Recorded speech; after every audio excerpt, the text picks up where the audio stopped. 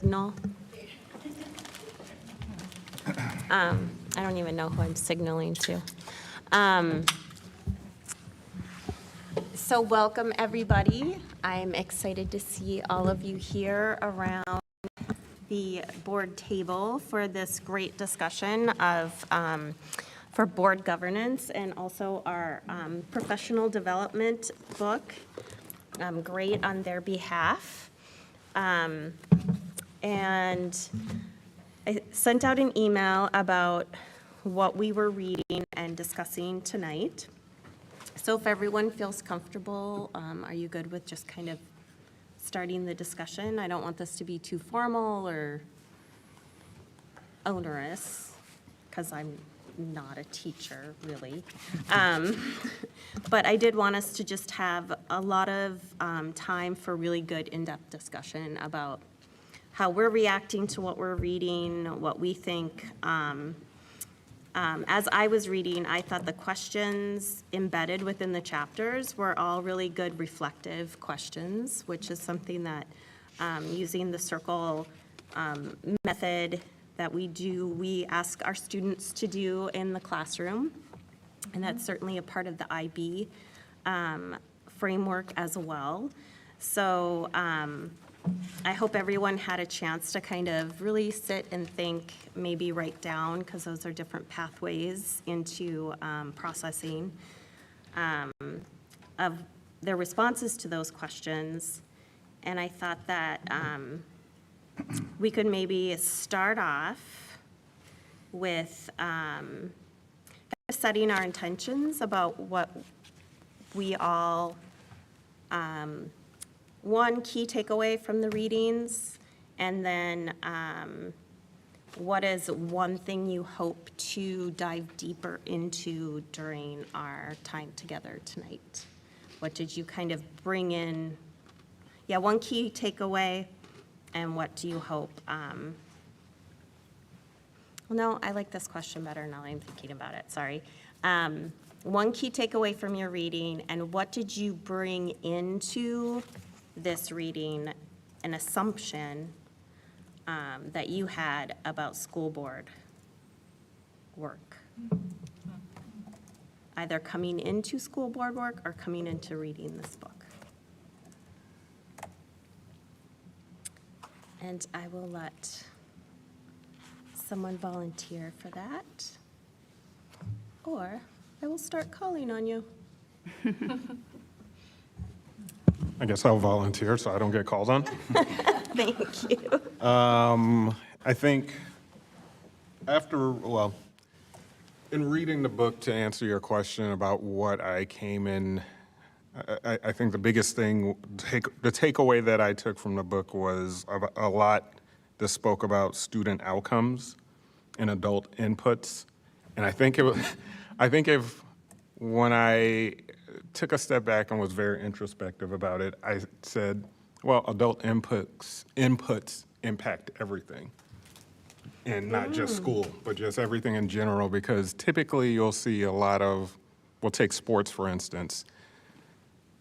Parents are very competitive, regardless of if it's education, sports, or whatever their bundle of joy is doing. But I think I noticed that if you had two adults who were about to get into a physical altercation due to a baseball game, a basketball game, due to competitiveness, but then you take a step back and you're like, I'm watching 8 and 9-year-olds. I have no idea why there's a lot of hostility in this particular situation.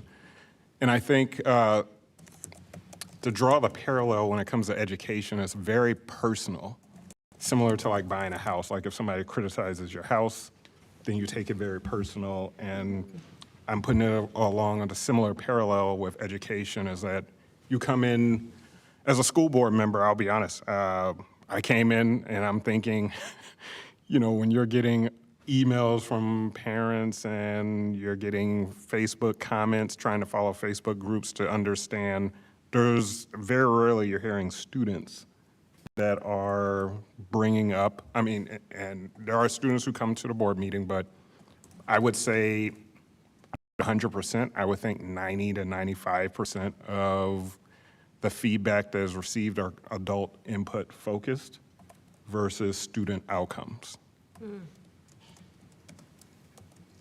So that was So my, that's kind of what you brought to your board experience and brought into reading this book, is that the input this is what I'm hearing. I'm not Sure, trying to put yep. words in your mouth, but what I'm hearing is that a lot of the things that you're hearing and reading and seeing is focused on adult input as opposed to student outcomes. yes, even with the feedback on everybody wants to compare Minnetonka against Hopkins, just from an educational, but then if you take a step back and, you know, you don't want to break a parent's spirit by saying, well, I will be honest, the value of my house is not going to be the same as somebody who lives off on a lake. So that's not like a one-for-one comparison. And I think I don't hear a lot of students talking about, unless it's on the athletic field, like Minnetonka is better than Hopkins. But it's usually you hear from parents, but I've taken it as more of an introspective, like, you don't want to break somebody's heart by saying, well, your personal investment that you did is not on the same level as somebody who lives on the west side of the Minnetonka versus we're more on the east side of Minnetonka. So that's where the whole point of what I'm trying to share is like this, the adult input is what I would say I see and hear in the majority of my conversations or emails that I see or anything that I'm seeing on social media. And if you ignore Anoka Hennepin is a different scenario. That's more, that seems to be more student It's an outlier. outcome, but Yeah, no, I think that's really interesting. Thanks for that perspective. Anyone want to go next? Karen, Dries, and I can go next. Yes, thanks. Yeah, I think it was somewhat affirming to why I ran for school board, right? And so, you know, it seems like forever ago, but, you know, when I campaigned, it was really focused on metrics and trying to understand and really somewhat have like a scientific type approach to it, right? Like, I think, you know, reading the literature and seeing all these peer-reviewed articles and things like that, you know, I think there isn't a clear-cut, like, do X, Y, and Z, and you will have a successful school district. And because local conditions are different across the country. And so really, I think it's just kind of exploring and trying to figure out, like, hey, what does actually work? What does affect our student outcomes, right? And, you know, be that maybe fast bridge or internal metrics, or, you know, I don't think there's like a preset, like, you know, here's the things you look at, but, you know, in partnership with everybody, I think we just need to talk about it a lot more and just be like, hey, you know, this is working, this isn't working, you know, it's not anybody's fault or whatever, but I think it's important to have a focus and to consider and examine how we're doing. And so, you know, when I ran, that was kind of my more or less my platform, and it was pretty affirming to read it in the book, and I thought it was, there's a lot of good insight into it.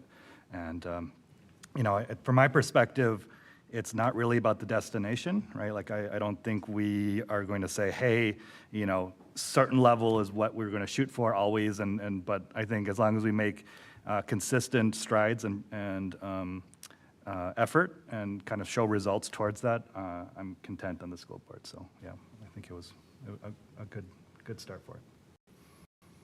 So what I'm hearing you say, Z, is that you felt that what you brought into your school board work and reading this book was affirmed by what we've read in the first part, chapter 1, Yep. I mean, intro through chapter 3. Yep. That's your very student outcomes, or your platform, what you were bringing into school board work is student outcomes focused, and not necessarily what he was calling out in the sections. Like, I think 1 was knowledge, 2 was skill set, and 3 was mindset. Yep. Yeah. Feeling like this, what we read, is very aligned with what you were bringing into your school board service. Yeah, yeah, and I think obviously we're values driven here at Hopkins, and I appreciate that, and you know, that's why we chose Hopkins as well. But I think there is a avenue for being like, okay, here are some things that we need to work on, totally, transparently. Yep, I think everybody can agree with that. And hey, we're going to work on them, and here's our plan, and I think we're going to track to it. And when we show progress, we're going to celebrate. And when we, fall short, we can talk about why and figure it out and fix it. So that was my takeaway. So I'll stick with the metrics theme here, and I think it also relates this idea of adult inputs. So thinking about, the tools we've traditionally had to measure student achievement, and that they are incredibly insufficient. They are racist and classist, and that the work that we've been doing in Hopkins over the past 6 years has been driving toward redefining what student success is and what it looks like. And this isn't just like a definition we're pulling out of the air. These are the things that our business communities are telling us that they want in future employees. Our nonprofit communities are telling us the same thing. When we think about the scope of the problems that our community is facing and our society at large, we need thinkers who, are able to do all of these things that they're learning here in our classrooms. And so Dr. Mary Perry Reed wrote a really great op-ed for the Sun Sailor that kind of gets at this, right? So when we're talking about metrics, I think we need to be really specific about what we're talking about, right? Like, are we talking about standardized test scores? Are we talking about, how many students are in AP, college in the schools, honors type classes? Are we talking about these really amazing, creative, innovative things our students are doing that can't be measured by a standardized test score, right? And so when I ran for school board, I ran because of qualitative data that I was receiving from the community, right? I knew what our metrics were, and I've been an educator for a really long time, and I know what standardized tests can measure and what they can't measure. But what I was really concerned about was hearing about what students were experiencing in our schools, that they weren't able to show up as their full selves. Their identities weren't being valued. They weren't able to engage in authentic discourse. And I think that was really mirrored by what we were seeing at the time in our community, that we had really limited vocabulary to be able to talk about systemic racism and other forms of oppression.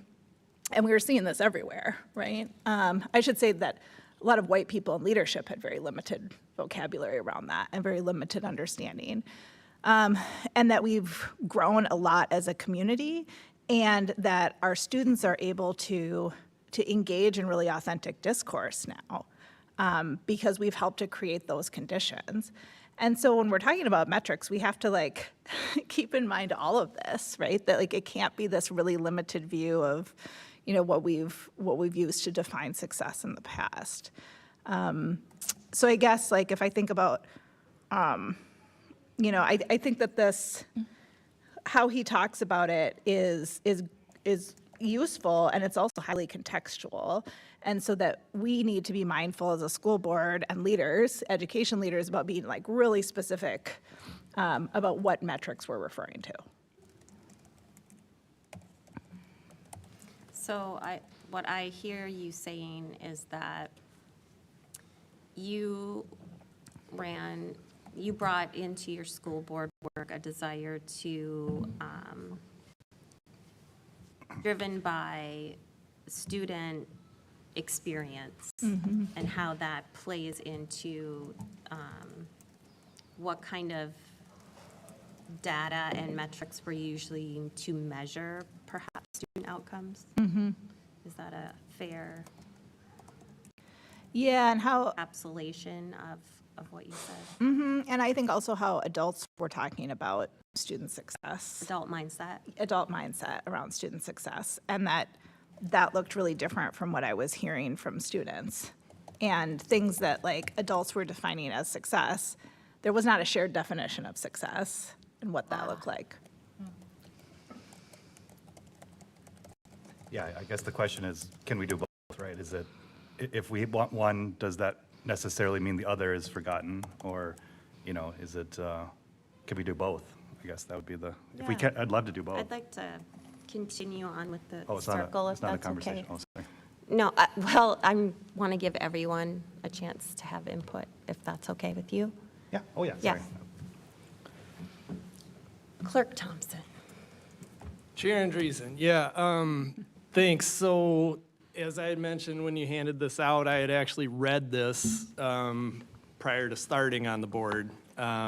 And so I was very excited that this was chosen because, you know, if this is the direction that we think we should go, which, you know, read some of the testimonies at the beginning, you know, San Francisco schools, Chicago, Atlanta, you know, I feel like an IB thing is evaluate the source too, right? And so, you know, I think there are good testimonials in here that show, you know, these are good ideas within this book. And so, you know, the first time I read it, I'll be honest with you, like, there were times that I had to stop reading it because I would get so dismayed thinking about how far this board would have to go to become great on their behalf. And so, you know, I'm just so excited, energized, enthused that this was chosen, that we're reading this, that we're going through this exercise, taking this time to do this, because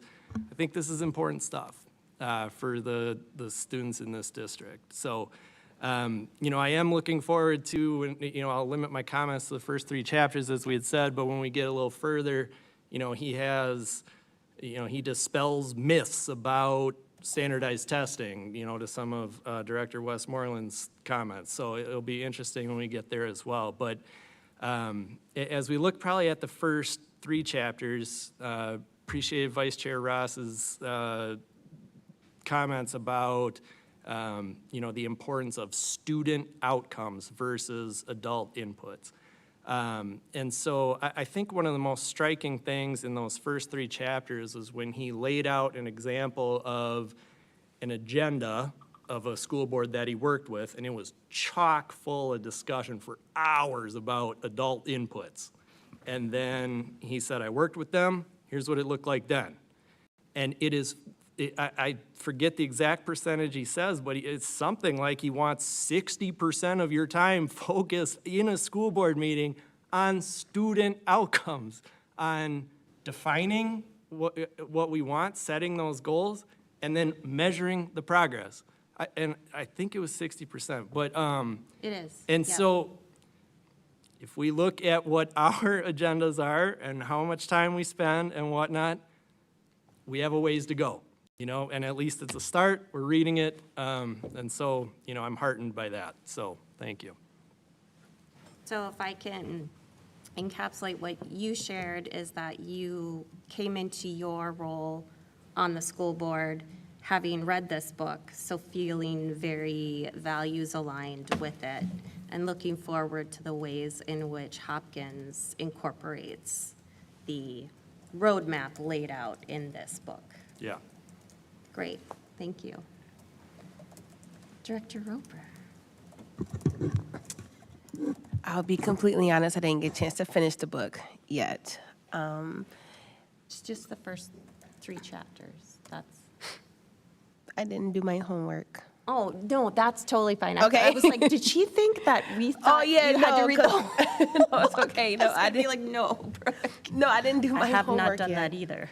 But I promise I will get to my homework and deep dive into it. But just listening to what everyone have said thus far, I do agree with Director Thompson when we talk about like a lot of adult input into like the agenda, and I do think that, you know, boards can be more student-led in understanding their needs in a deeper aspect, because I think like everything that we do and just like in general when it comes to like policy is really heavy. I mean, it's really adult heavy, and thinking about like how students would provide us with such deeper insight into their needs that would help inform the way that we work and the way that we design our agendas and our work differently. Also being completely innovative, and I think staying on top of, the thinking, like I like to think about like the outcomes that would be sustainable for like 30. Like I'm always like thinking ahead about stuff. And I often think something about, like, for example, like college readiness. I've been thinking about college readiness, just to be completely honest, because there are some places and some, career and workforces that are not requiring college degrees anymore. And so it's like, are we preparing them for a futuristic workforce, or are we preparing them for the right now? And so I just think about things like that and how we are utilizing our resources and our time to prepare our students for real world reality. So with that being said, I'll get to my homework, but those are just a few thoughts that kind of swirls around in my mind about how our board could think differently about how we're designing the work or designing our time to ensure that student outcomes are measurable and also effective. Nice. Student outcomes are measurable and effective. I like that. Can I encapsulate something quickly? I don't want to put words in your mouth, but I thought I heard that what you brought to the board, to your role on the board, is less of an adult input focus and more of a student focus. Yes. Would that be accurate? Mm-hmm. Okay, great. Okay, student outcomes, what did you say? Measurable and effective. Yeah, more measurable and effective to ensure that the work that we are designing are more measurable and effective. Yeah. I like it. Treasurer Heartland. Thanks. I'm used to titles now. I can appreciate Clerk Thompson's comments about considering the source of material. And for the sake of this conversation, I will also constrain my remarks to the first part of this book. My takeaway is there's value in considering viewpoints from a lot of perspectives, and that student outcomes are vitally important, and it is worth examining that complex puzzle through different lenses. I think one assumption that I did bring with me to board work is that it would be complex, but I did not know from my parent and kind of community involvement perspective just how complex it is. And I can't state truthfully that I still fully understand this network that is public education. It's an incredibly difficult problem, is not the word, but just network ecosystem. And as a couple people have mentioned, it is not clear exactly which levers produce exactly which outcomes. And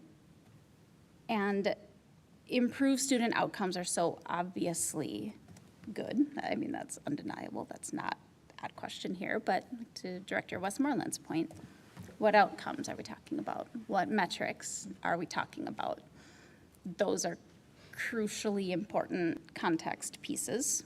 And I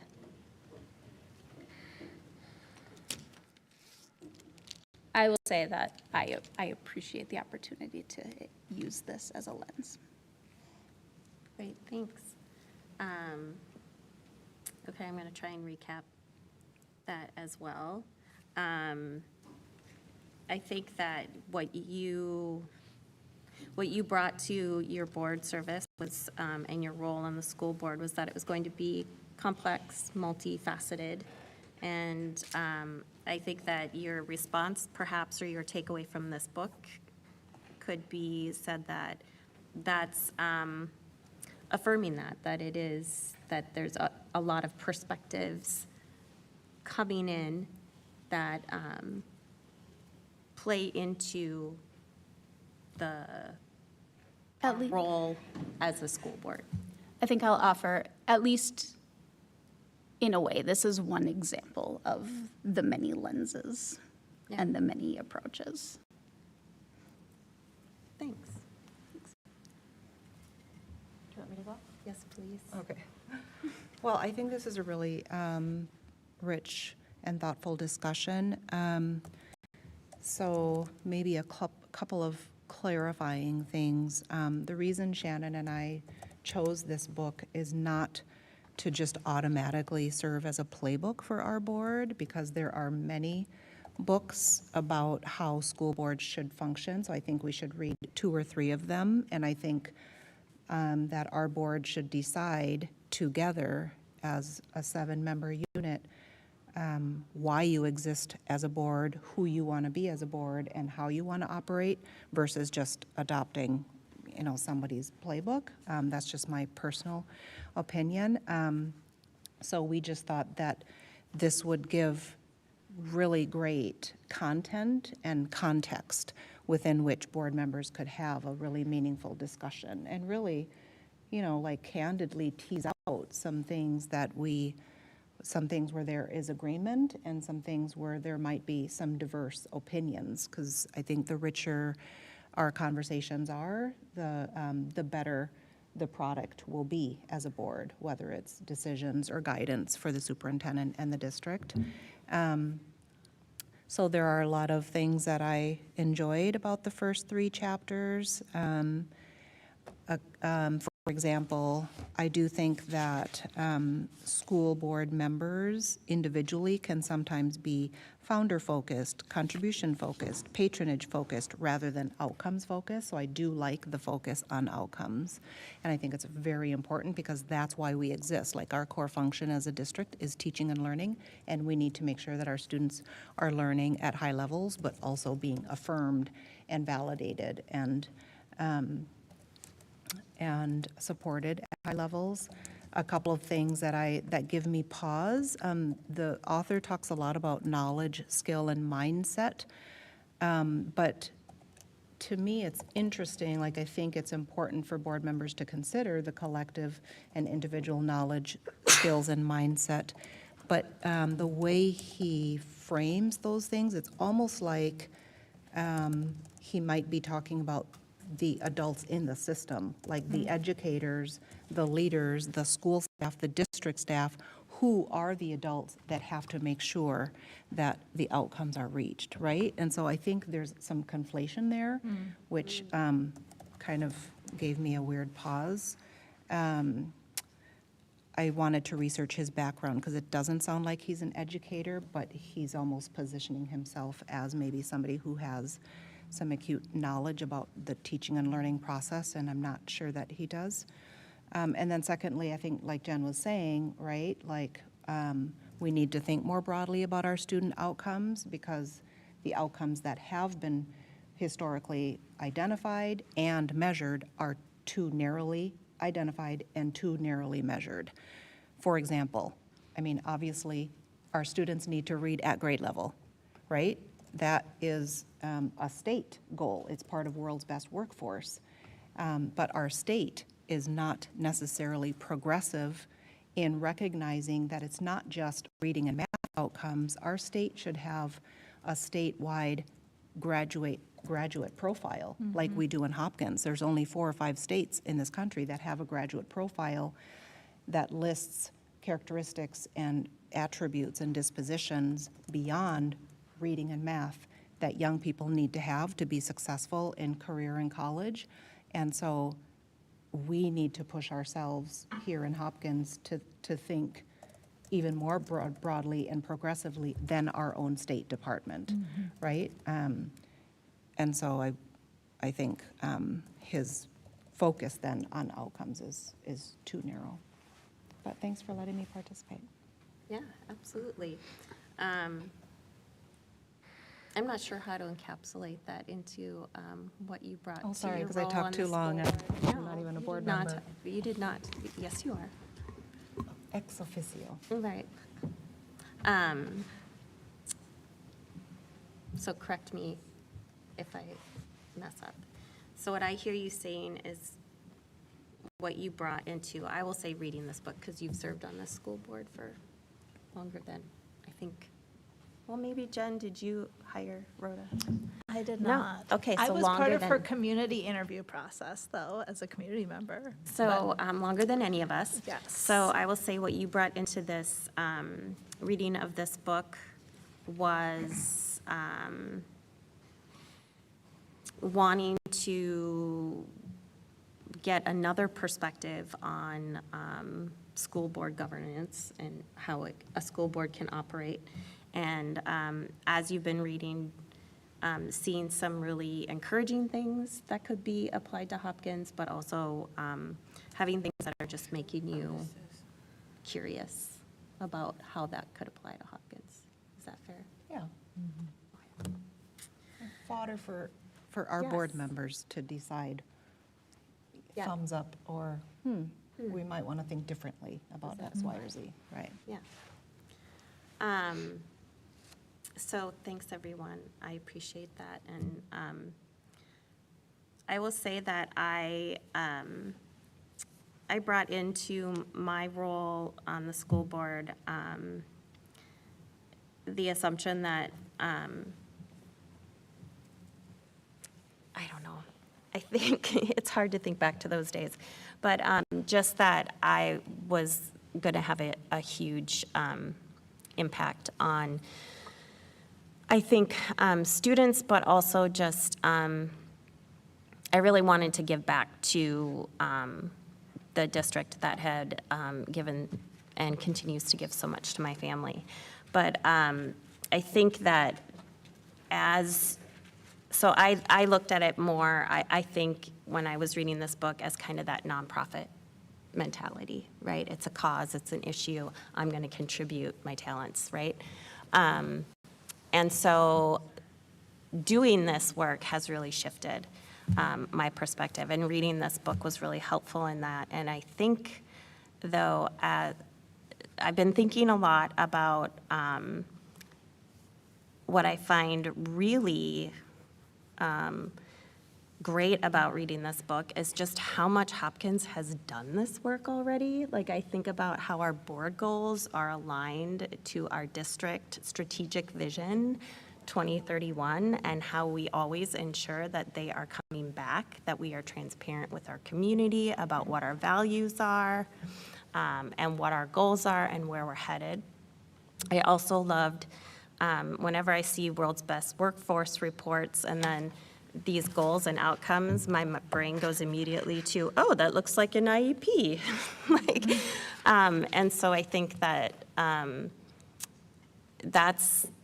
I just felt very comfortable in that space of being very structured about how we're getting to those goals. And one of the things that I've been very intentional about in board work is that we start with student outcomes and we back up. So we start with where do we want to be, and then we back up and think about these adult inputs. What are the adults inputting into this so that we get this outcome?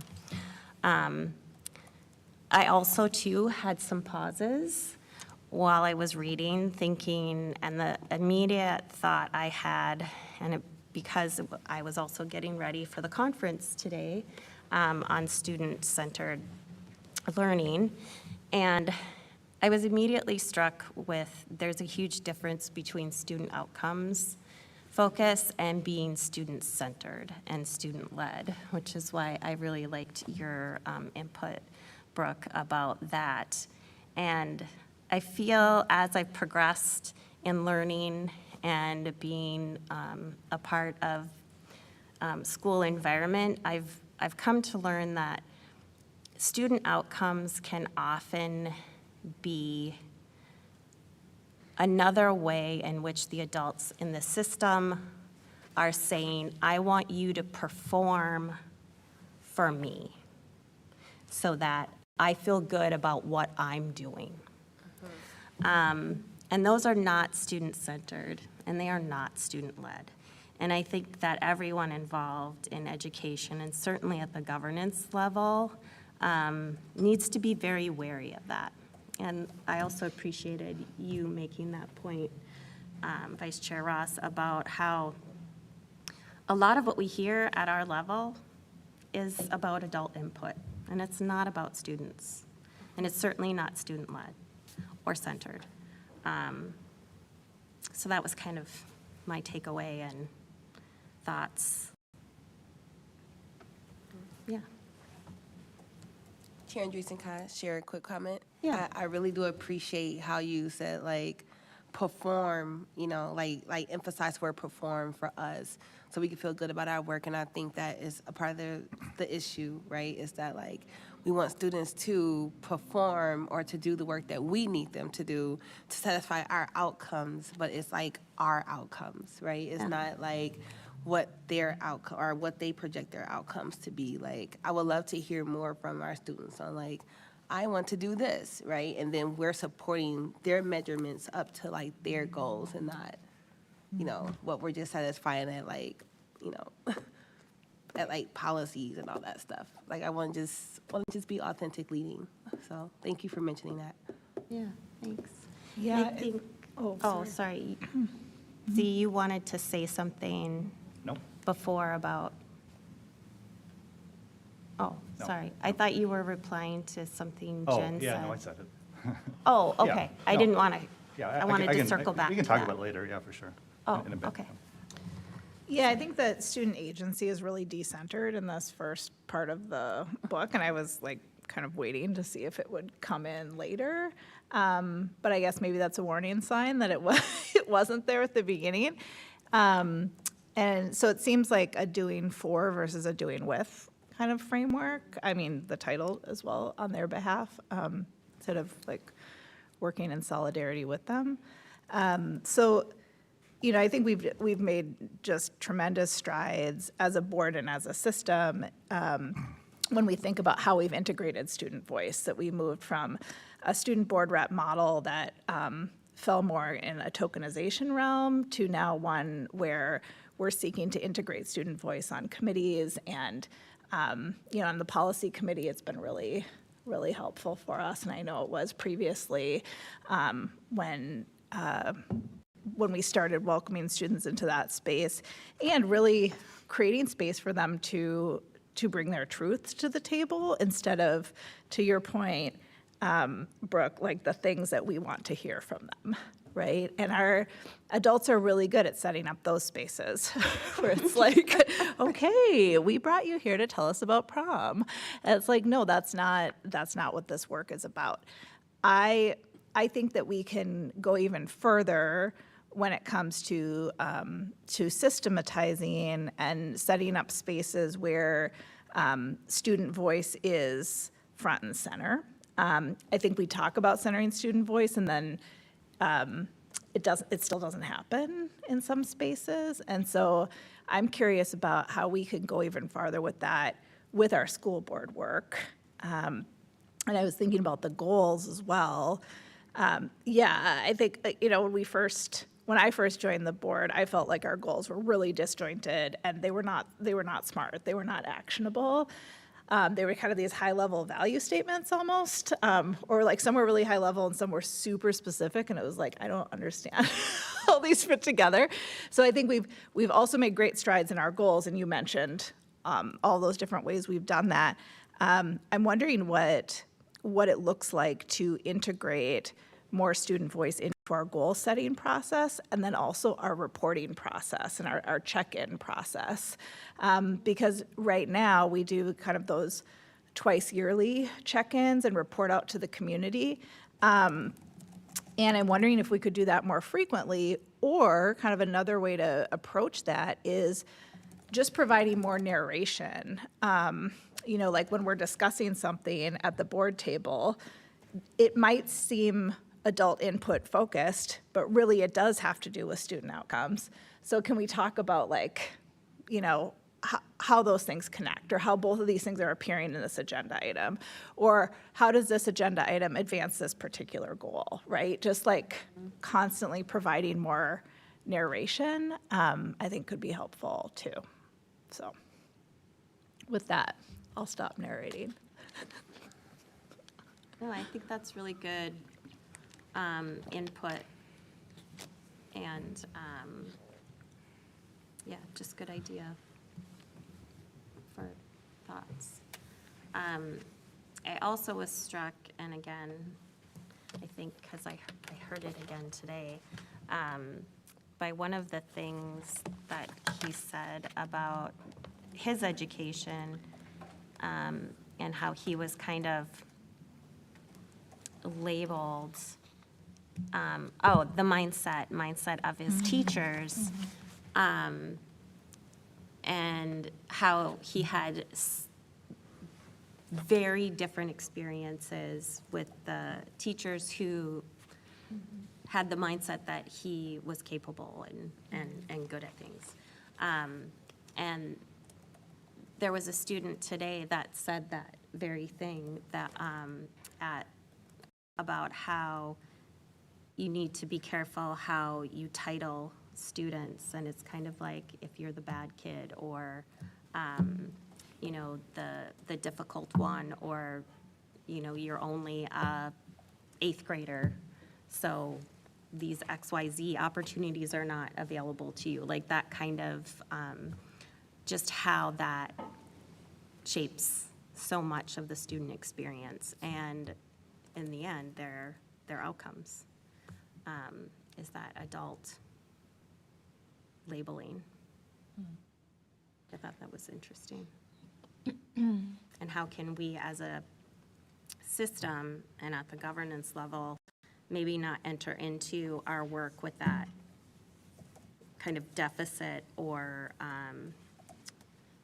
just that mindset of we're here to fix a problem, right?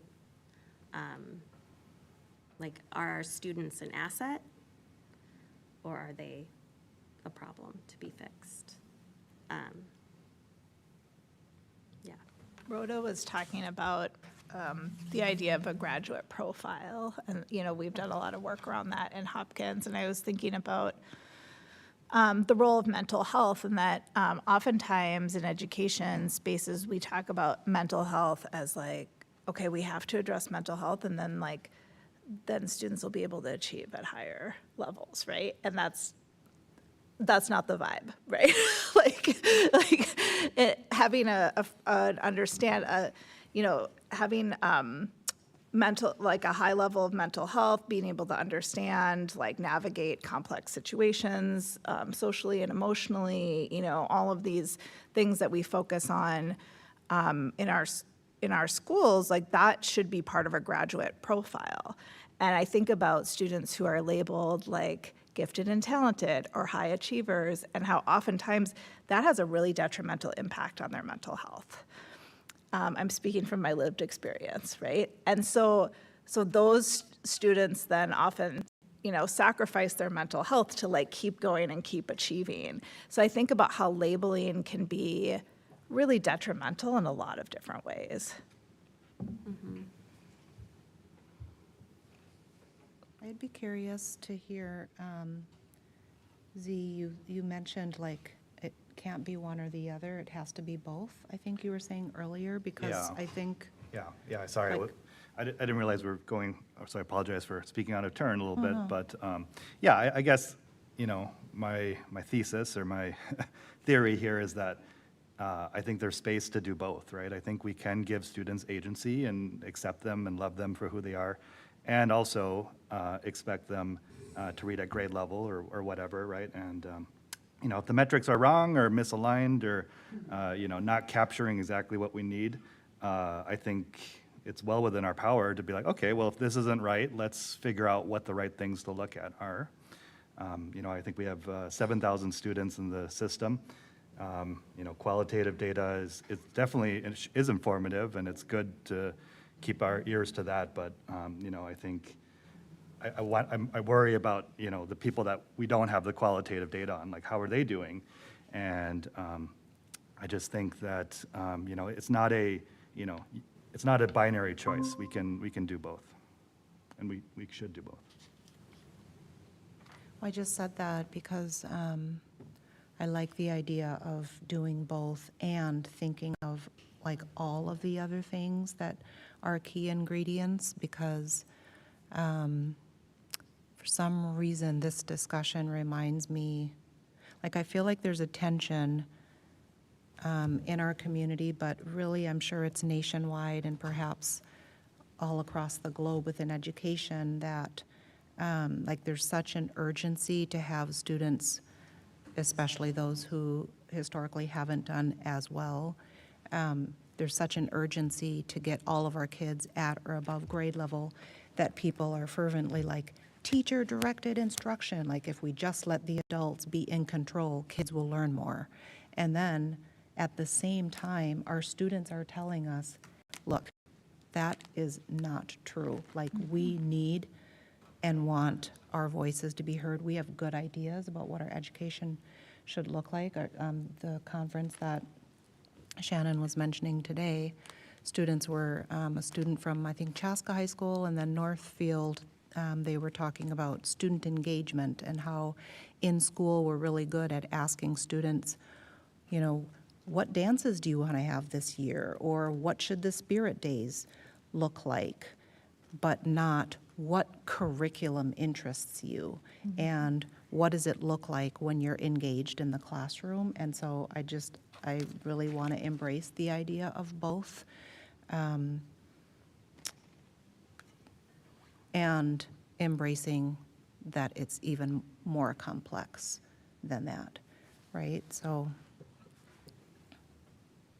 I it's a think lot to too, think about. oh, And I'm a little bit confused as to what we're saying when we say both. Like, Yeah, thanks for clarifying that. I'm confused too. yeah, like I don't see any of these things as mutually exclusive, or like if we're focused on one thing, then something else goes away. Do you mind clarifying that a little Well, bit? yeah, so I think there's a maybe misconception out there that, you can either be academically excellent, right? Or you can, choose to embrace student voice and things like that. And I think it's not, in my mind, it's not really a, like you pointed out, it's not a choice. We can improve the metrics, and we can also, do all these great things that Vision outlines. And so, I think I'm just speaking more to the kind of conception that, you can be academically excellent and you can do all these other things. And I Okay. disagree with that. Yeah. Yeah, thanks Yeah. for that, clarifying that. And I think not only is it not like mutually exclusive, it's like interdependent, right? And there's a ton of research to back that up. Like if we're talking about culturally relevant curriculum, large bodies of research around that, right? So these aren't ideas that we're like pulling out of the sky and trying. These are best practices driven by data that a lot of communities around the US have been really resistant to. And we're fortunate that we have a really forward-thinking board and forward-thinking community here in Hopkins, and that we're able to implement these things. And in education, there is always a messy middle when we're implementing. That's how it works. That's how it works every semester for me. I've been at this for 24 years, and every semester I'm trying something new. There's this messy middle. I'm collecting data. I'm relying on what I did last semester to inform how I could change things this semester, right? And we've been doing this now with an entire system. And so I think too, there's kind of this human nature to like kind of lean into this space of anxiety and discomfort instead of a space of possibility. And so kind of what I see with this like both and is that there's a lot of possibility out there, and that we need to continue to support this direction if we want to see that. By both, I meant there is tension between being purely achievement-oriented, which some of our parents want us to be, and versus focusing holistically on students, centering student voice and student choice, focusing just as much on strong social emotional learning in the classroom as we do on academics, right? Like that more holistic approach. There's a real tension there. And because folks are so desperate to get the scores up, get the test scores up, and make sure that students are reading and doing math at grade level, then we have some people in our community who want us to be purely and intently and explicitly focused on achievement.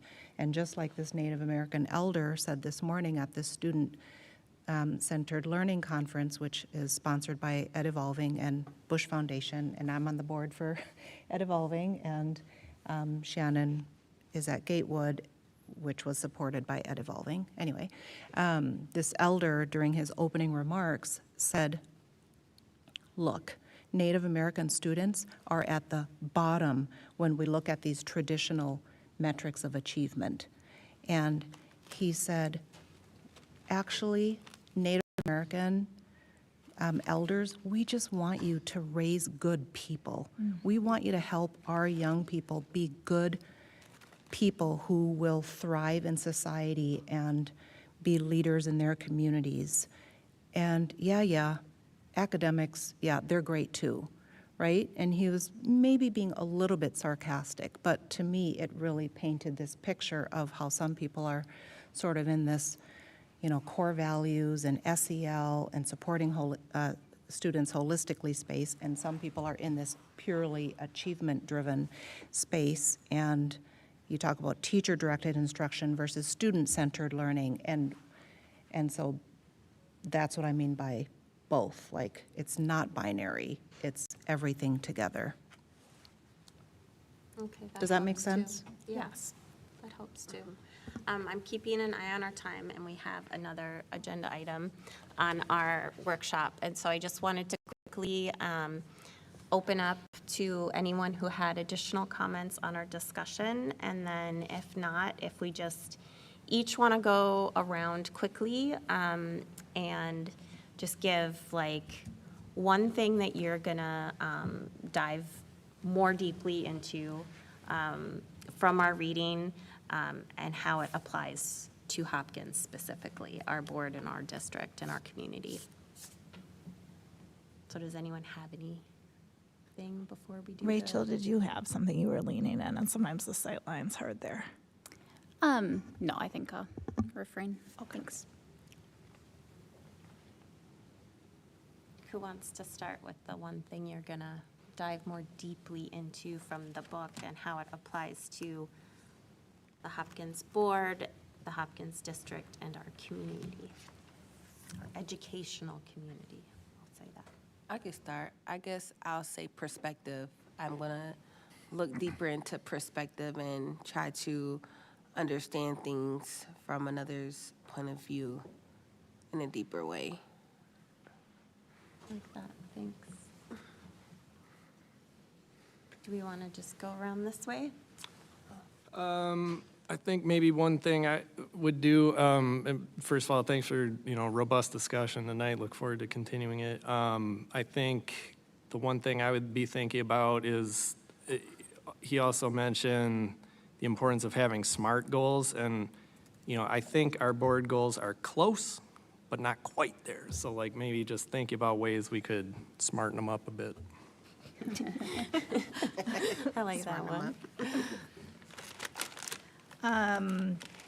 Yeah, I like, Kai, I like what you just said. I think you're absolutely right. So I'd like to think more about SMART goals and like the SMART-E goals with innovation and equity included.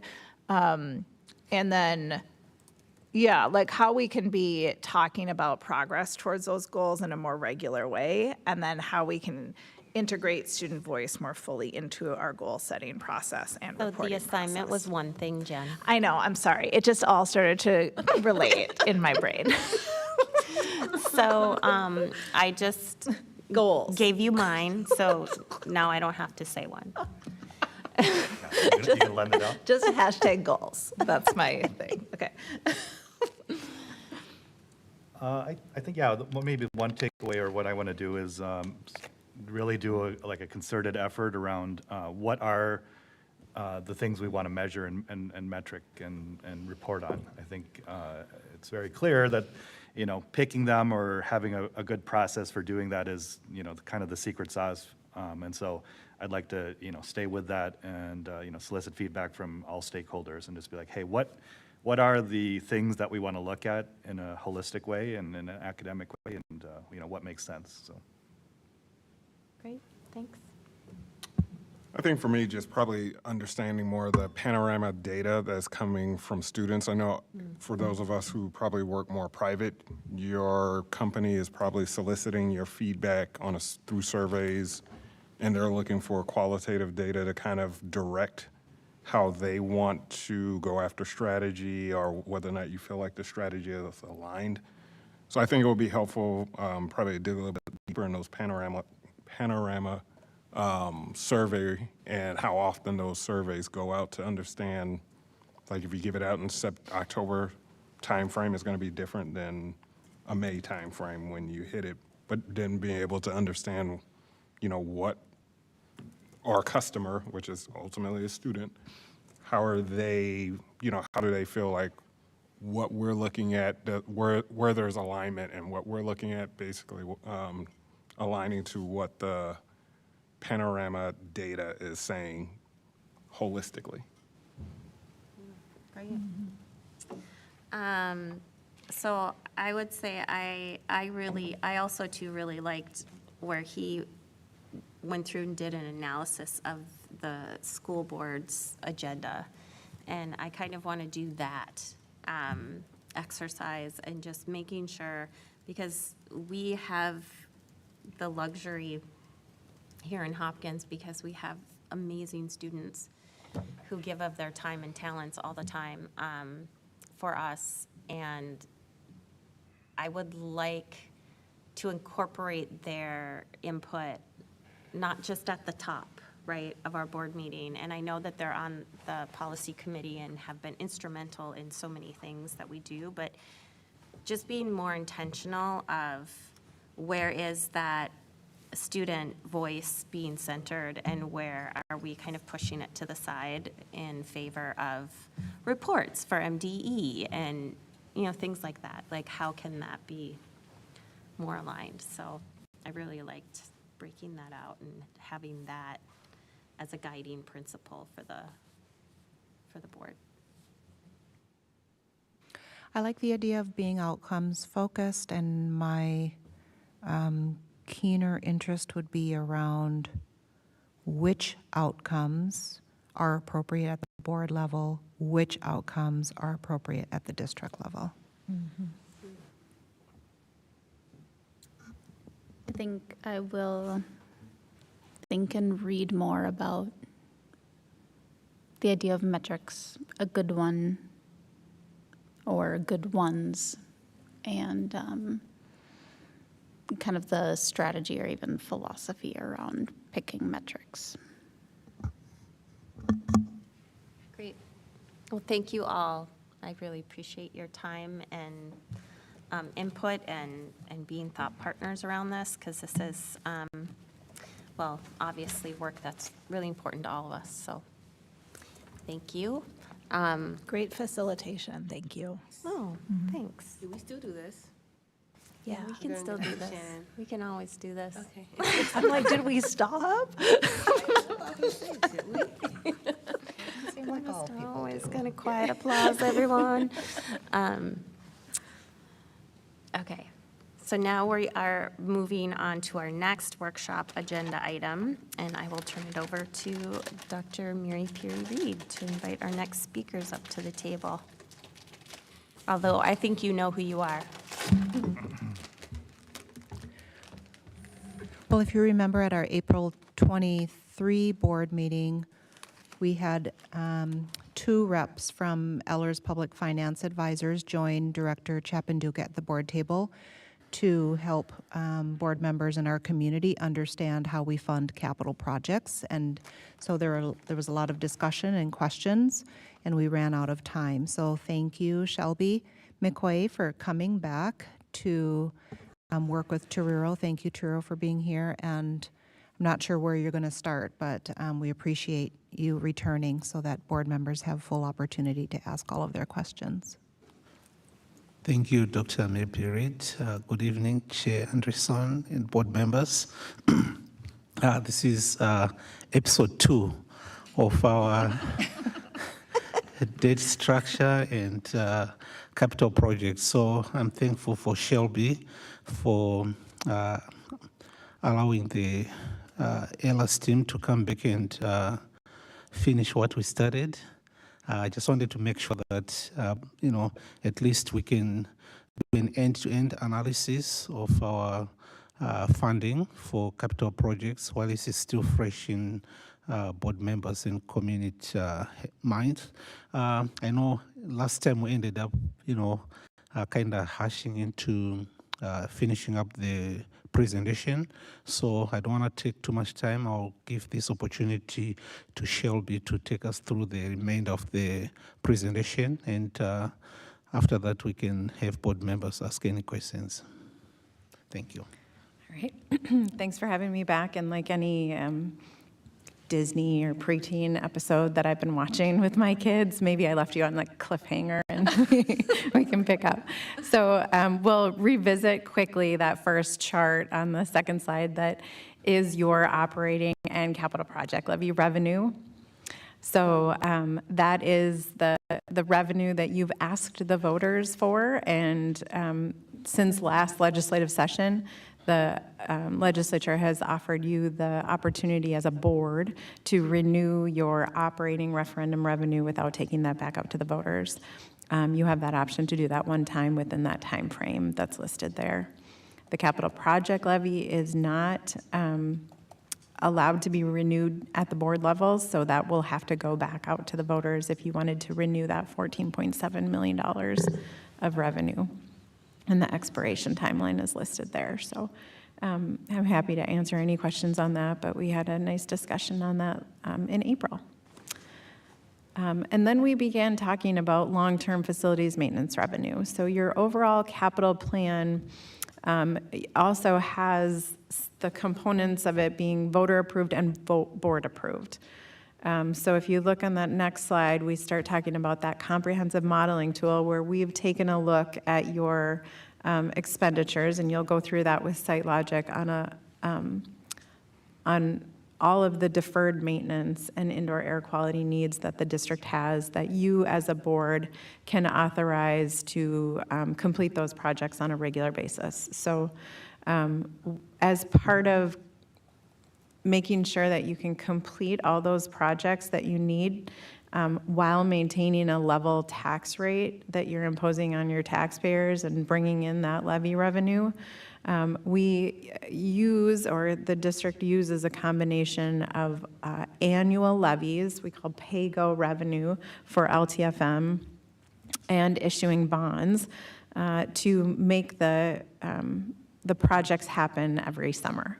So on that next slide, you'll see, and you're probably familiar with this over the last, in April and every other year for the past several decades, is how Hopkins has been generating revenue for their long-term capital facilities plan. So on the bottom there in gray, you'll see your existing debt. The orange is your capital project levy, which is what we talked about, that's authorized for renewal. And then the dark blue bars is the annual levy, or that levy amount that you impose on the taxpayers each year to complete the projects. And then you also have some small bond payments upcoming. So we don't do this, we don't sort of surprise the community with the expenditures each year. The plan, given that you have a 10-year plan, is to make sure that we can fit all the payments in and make the payments by keeping the taxes level over time. So you'll see on the expenditure plan that, as part of the presentation, some years your expenditures are around 7 million, and some years they are around 16 million. And that just has to do with the nature of the projects that you're undertaking. Now, if you were to ask or authorize that levy each year to make those projects happen, you'd see your levy go up and down each year. And that's why we have the plan that we do going out as long as we do, to make sure that you can keep a nice level stability over time and complete those projects that may be small in one year and larger in another year. So you don't have your taxes go up and down and up and down due to the nature of the projects. I think the other thing to note here is that you have the ability as a board to increase the taxes over time if you need to complete those projects, even though we've maintained a lot of stability here. You can see that from that first year, which I believe is 2024, and into 2025, we have incorporated a small increase, and you can see that, though it looks on the top like it's the blue bar that's going up, it is a large function of that orange bar, which is the capital project levy. And that is due to the fact that it is a one-year delay on when you can get your revenue and spread it on your taxes. So capital project levy is a tax rate on your tax base, and your community saw some pretty big increases in your tax rate over time. So what we're seeing in that increase of how far the bar goes up from 24 to 25 is the fact that you're generating a much larger amount of revenue on a tax base that kind of leveled out in terms of growth in taxes payable 25. So, go ahead. I was just going to say, I think we'll kind of go into more details in terms of the actual projects at the regular board meeting at 7 p.m. And what this overall revenue plan has incorporated is $120 million in projects between fiscal year 26 and fiscal year 2035, and that's pretty, that is about $12 million a year, and that's pretty standard on what we've incorporated for the last several years as well, in terms of making all of those deferred maintenance and indoor air quality projects happen each year. Again, doing that through a mix of bonds and annual cash that you're just getting from your tax base every year. And there's some benefit to mixing both pots. Of course, when you pay cash or just an annual levy for those projects, you minimize the interest that you're incurring by taking on additional debt. However, when you can take on that additional debt and you have the authority as a board to do that, you're maintaining that stability over time and spreading out those payments over the useful life. So nice to have a nice mix of that. I think that the other thing I'll add in, kind of the 201 part of LTFM, is that your construction season happens over the summer, but the school fiscal year ends right in the middle of that school construction season. And so it's very hard to align exactly the costs of the payment in every fiscal year, because that project, that construction project, is happening right up to the end of June 30th, and it doesn't care about the end of the fiscal year. It's going right into the next. So it's nice to kind of be able to, for the purposes of accounting and keeping that stability, manage that through the use of bond proceeds as well. Yeah, and as you'll see at the regular board meeting presentation, SiteLogic has done a great job in terms of separating the fiscal components of the plan and the calendar year components. So we usually get both, and you may see the dollar amounts being different just because of the fact of just how how the construction projects are handled and how we actually operate within our fiscal year requirements.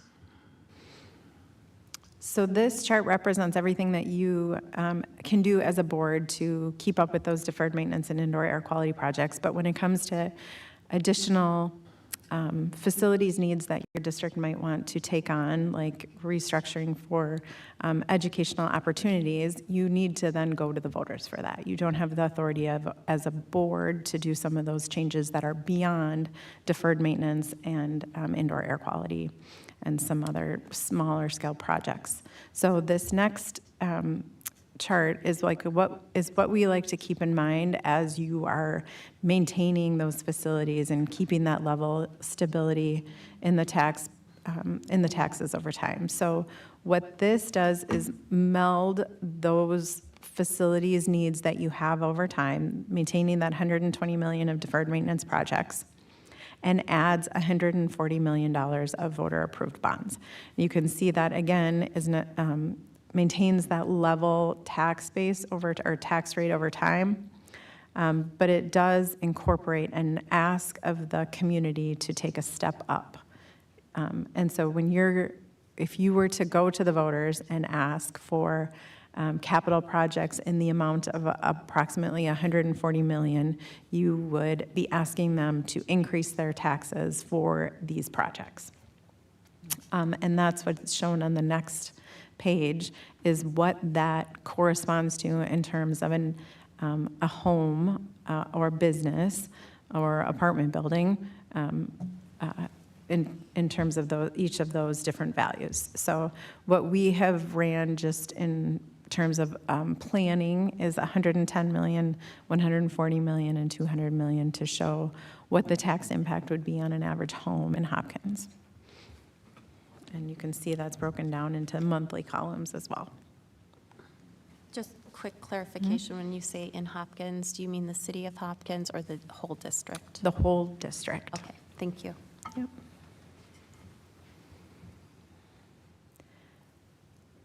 And so as you kind of think of that chart and what that tax impact is, you have the authority as a board to increase taxes for deferred maintenance projects, but historically we've tried to stay nice and level over time. But when you ask your voters to increase, you could either offset some of your deferred maintenance needs and minimize some of the tax impact, or you could ask the voters for that additional taxes to fit in a bond issue for those capital needs. School districts have the authority to issue bonds for 30 years, a 30-year term. Generally, we see about 20 years, and that's what's modeled here for the yellow bars for the voter approved. Your deferred maintenance bonds have always been much shorter than that. Excuse me, I do have a question. What's the difference between a referendum, a levy, and a bond? Is it all the same thing? Because my understanding was that we're tied for the referendum. We can't renew that, or we can't go ask for more. Is bond something on top of it? Yep. So there's 3 ways that you can go to the voters. The first is the operating referendum, and that is where you are at the cap. That is for your operating dollars on an annual basis. It's an amount per pupil that you have asked the voters to authorize, and you now as a board can renew that one time for the same period at which you asked the voters for 10 years. And that goes into operating. And generally speaking, you could use that for any building need, but historically, it's always been used for operations, which for school districts is primary teacher salaries and other salaries. Then you have the capital project levy, which is a rate on your tax base. And that is approximately $14 million. And that can be used a little more narrowly than an operating referendum, but still is general annual year-to-year expenditures. Then the third way you can ask voters to increase their taxes and provide additional revenue to the district is to issue bonds for projects. And that's what this tax impact represents, is $140 million, of which you as a district would issue bonds. You'd get $140 million upfront to pay for your projects. You'd pay the debt service on that over time, and that's what you're asking your voters for in terms of that tax increase, is enough to increase taxes to make the payments over 20 years. Yeah, so just to add to that, so if we have projects which do not fit within our long-term facility maintenance, for example, we probably need to add additional space into a building, and we did this at Meadowbrook when we passed the referendum in 2017, where we added some additional space, and that required us going to the voters to ask for a capital bond, just as an example. So those are the three ways. And sorry, one more question. Where did the 140 million come from? Is that the sum of all the projects that we want to do? So the $140 million, actually, we went back to the drawing board based on some conversations we've had with our community. We did a request for proposal in some of our buildings, just getting some ideas from teachers, from staff, from students around what a future state of our facilities will look like. And based off of that, we also started to look at other needs within the district. So we came up with this, a number of scenarios, which we kind of explained and are showing here. So the first scenario was, okay, what would it look like if we go out there and sell $110 million in capital bonds based on the different needs around our buildings. And then we also had a scenario of $140 million and a scenario of $200 million. So in this example here, the $140 million is kind of the middle ground of what this might look like. Chair Andreessen, may I ask a question? Yeah. I just have two quick questions. One, so as I'm just looking at like the 7 county metro voter approved, the bond elections. So when we talk about tax impact, let's just say, for example, for Osseo, is that, so if someone was to vote yes for like a levy, does that mean that their taxes will increase by that amount? By like the 83? Okay. And then, so I'm looking at Osseo, that's like $83. So then West Tonka looks like, so would that be $275 for them? So Yeah, that's, correct. okay, that's correct, okay. Yeah. And then, so as we're talking about voters, I don't know if you have any access to the specific information, but is there a way to see, or is there a way to determine how many people are actually voting for the tax levy? And is there a way to disaggregate that data by race? Because I can say myself that I'm still learning what a tax levy is, and if it's on my voter card, I don't know if I would just necessarily say yes because I don't know what I'm voting for. So just want to understand that, just want to just make clear that people who are unaware of what a tax levy is knows what a tax levy is. So is there a way, one, to get that data, and two, to possibly hold like a workshop or something to educate our parents in our community about what this is and how this impacts the district? Because every budget is, well, my first budget season, I've seen the butt end of people upset about the finances. But I think if we can give as much transparency around finances as possible, starting with a tax levy, I think it would help ease a little bit of the transparency upsetness, if that's even a word. So. Yeah. It is now. Absolutely. Is that a word? Okay. Yeah, absolutely. And I mean, we are still kind of doing some groundworks and some due diligence. So one of the things we have done, which we are still dissecting right now, is a community survey. So we've embarked on a community survey, which we are gathering information, and we'll probably be able to share with the board at a different meeting. Trying to gather information around what a lot of the components you are talking about, and what that feedback looks like and the impacts to the community. The survey was very comprehensive, so it kind of speaks a lot about some of those impacts. And I don't know, Dr. Mary Perry, do you have anything else to add in terms of some of the work we are doing? No, I think you said it too, Earl. So we had our community-wide survey from back in March and asked a facilities-related question at the end of 6th through 12th grade students, all staff and parents. And then the survey that Director Chapin-Duca is talking about was recently conducted by Morrison Leatherman, and we're meeting with them, I think, tomorrow to learn the results. But they did call 400 of our families to ask the very questions that you just articulated, Director Roper. And so we'll learn a lot about the degree to which our community would support a bond referendum to install safety and security upgrades in our schools, to build additional student-centered learning environments, et cetera. So we'll learn a lot more in the next couple weeks. And then also we're working with SiteLogic to prepare a more in-depth survey for staff specifically about all of our facilities, so that classroom teachers can talk about the size and technology integration and other features of their classrooms, and all staff can talk about their cafeterias and their multi-use spaces, and elementary staff can talk about playgrounds, etc. So that'll be a third set of information. So in about 3 weeks, we'll have a ton of data, and it will really help us. It will really help inform our work around what kind of stakeholder engagement our community could use to be even more informed.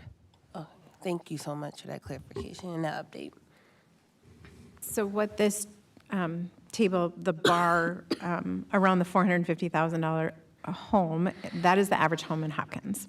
That's the average home value in Hopkins, according to the Hennepin County assessor. So you have lots of communities, and we saw that in the April presentation, where all of your homes are, but on average, $450,000 is the average.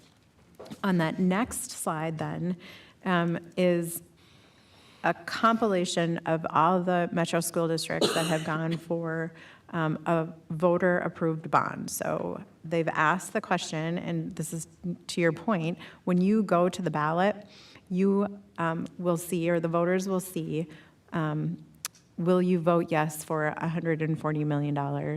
And it'll say, by voting yes, you are voting for a property tax increase. And that's all it says. There's nothing else about how much it's going to cost you, or any of this breakdown of how much it will cost an average home. So exactly to what Dr. Murphy-Reed and Triero had said, it's up to the district to communicate that out, and there's lots of ways to do that, and a lot of districts have had community meetings or listening sessions to get all of that information out there. So I just want to orient you quick to this chart. Osseo was the most recent district, and they asked their voters for $223.225 million. They communicated their average home, according to the Hennepin County Assessor report, was around $300,000, and that tax impact that then they communicated to the voters was $83 or $7 a month. And what those next set of charts does is put everything in terms of what the tax impact would be for the $450,000 home. So this is not necessarily what they communicated to their voters, because they all wanted to speak to the average value home. So for instance, in West Tonka, the average value home was $600,000, and they communicated a tax impact of $275 for a $93.4 million bond. So it just, it helps you visualize what was communicated to the voters during the election, but then also helps you compare to what that bond issue cost those district taxpayers for that equivalent $450,000 home. So the theory is if you pick up the $450,000 home, put it in another district, what would that cost? And then, the next two charts just kind of lay out what would have to happen officially for an election to be called. And I point this out just because it is a little bit of a process, and not only are you thoughtful in how you're communicating that to your taxpayers and your community, but there are some formal steps that you have to follow. There is a request that you'll have to put into the Department of Education, and it's in the form of a review and comment. And there's some basic metrics that the department follows to ensure that projects across the state are treated equally, that no one's kind of moving outside of some kind of baseline number for how we like to educate kids around the state. That would be due in June of 2024. You need to call for your election.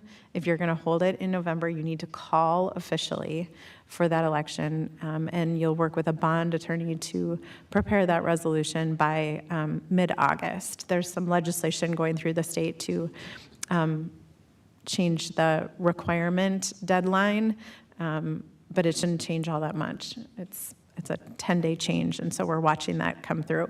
Then between September and October, there's some formal notices that need to go out to your voters on where they need to vote, and there's a much more extensive timeline to follow, but this is all laid out in law, that you have to notify your voters of an election. And again, those notices that are statutorily required are not helpful in communicating the tax impact. So that is up to you as a district and as a board to make sure they're notified of an election. They're not notified of some of the uses and some of the other materials that you'll want to educate your community on. And then November 5th, in November this year, November 5th is Election Day.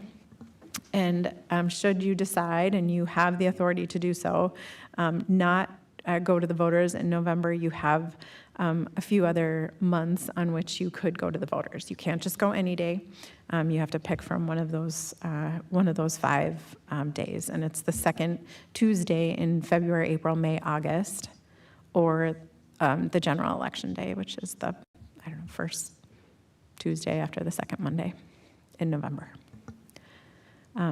So on the last slide, and this is all the planning considerations that you've already discussed, laid out some of the things that inform your decision beyond just the tax impact and how it fits in with your other capital needs.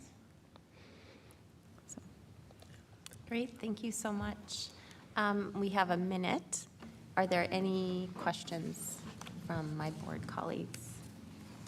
I just have one question. I'm assuming the data here also captures all of our site locations, such as Harley Hopkins as well? Yeah, it does. And I mean, again, in terms of the comprehensive assessment of our facilities and what we are looking at, we'll get some more information for the board. What we'll discuss after this meeting at the regular meeting is around the long-term facility maintenance. It doesn't include if we go for a capital bonds referendum. We'll compile that information in terms of what sort of projects will be encompassed across all our sites, yes. Thank you. Thank you. Thank you. I appreciate you coming back, giving us further information on this. It's a tricky thing and very confusing. I appreciate your question about the 3 different types of voter-approved funding that school boards can go toward. So I would recommend that we take just a 5-minute break in between the end of this workshop and the start of our general meeting, if that's acceptable to everyone. So we'll meet back here at 7:06. Thank you. Thank you all. Thank you both.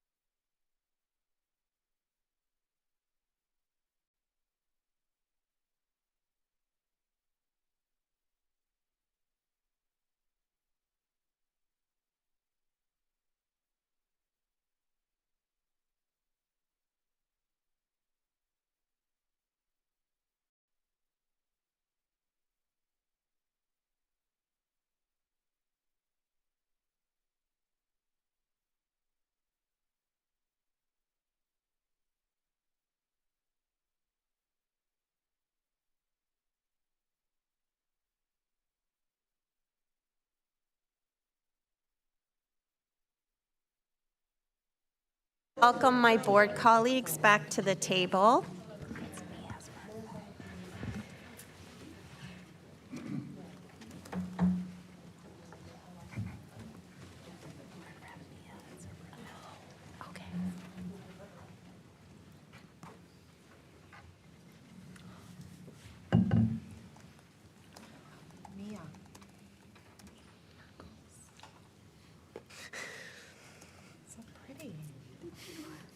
Are you going to prom after this? Oh, no, it's my birthday. Wait, no.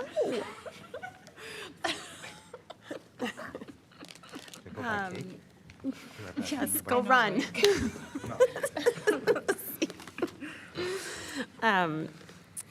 So, hello, everyone, and welcome to this meeting of the Hopkins School Board for May 7th, 2024. We will get started here a little bit late, my apologies, at 7:10. And before we get started, we all want to wish our student board rep, Mia, a happy birthday. Happy birthday. And I am thrilled and honored that you are here. Right. Celebrating with us. That's dedication. No, I felt like I had to come because I missed so many. You know, I was like, I need to make sure they know, like, I'm still here, guys. Like, We're just going to say that you wanted to be here. oh, yes. Yeah, I'm so happy. because we're so awesome. Yeah, 100%. yeah. Your birthday outfit is spectacular. Thank you. Oh, look at, they're celebrating for you on the screen. Thank you. The whole district. Yay. It's giving Renaissance, your whole, your shirt. I love The it. European Renaissance? No, like Beyonce's concert. Oh. But that's a true academic. Good job. What a scholar. Okay. So we will call this meeting to order. And our first order of business in Hopkins is our open agenda, where we hear public comment. We believe that hearing from our community members is crucial for implementing our Vision 2031. There are several ways to contact the school board. You can do so by leaving a voicemail or via email. And if you want to give public comment, you can leave a voicemail or show up here in person. We always like to have you here in the room with us and fill out a public comment card. We have had we have 2 voicemails and we have a public comment card that very efficiently has 3 people on it. But all of those are for issues that do not appear on the agenda, so they will come in our second public comment section, which is at the end of the meeting. So that means that we can move into our next part of the agenda, which is reports. And we have our student board representatives report. Who would like to get started? Go first if possible. Yes, please. Is that, I can't see the name, is that Praise? Hi, yes, it's Hi, Praise. Go ahead.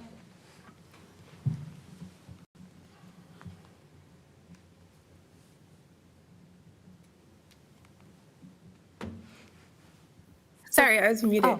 But okay, my name I was is just gonna Praise. ask. I'm a junior student board member. The high school, this upcoming soon, they're offering free lifeguarding classes. Additionally, the prom theme was announced recently. It is Under the Stars, which we're very excited for. Jasmine Moore came virtually to our track and field True Team guest dinner as a guest speaker, and she gave us some advice on her career as a collegiate athlete and as someone who has broken many records and also many records at the NCAA level and at the professional level. Later, we also had a question and answer session with her, which was really nice. Some of the high school athletes got to ask her questions about how she balanced school and track, how she was able to progress in her career. Additionally, for the American Sign Language courses, they are hosting a showcase on June 3rd in the Little Theater on the final projects that they have been working on. And then additionally, in American Sign Language, a Silent Night event was hosted at Southwest High School, where high school students from Hopkins got to attend, as well as some high school staff. And it was really interesting. I was also in attendance. We got to, there were snacks, food, prizes, and also a raffle drawing. Additionally, the whole entire place was silent in respect for deaf culture.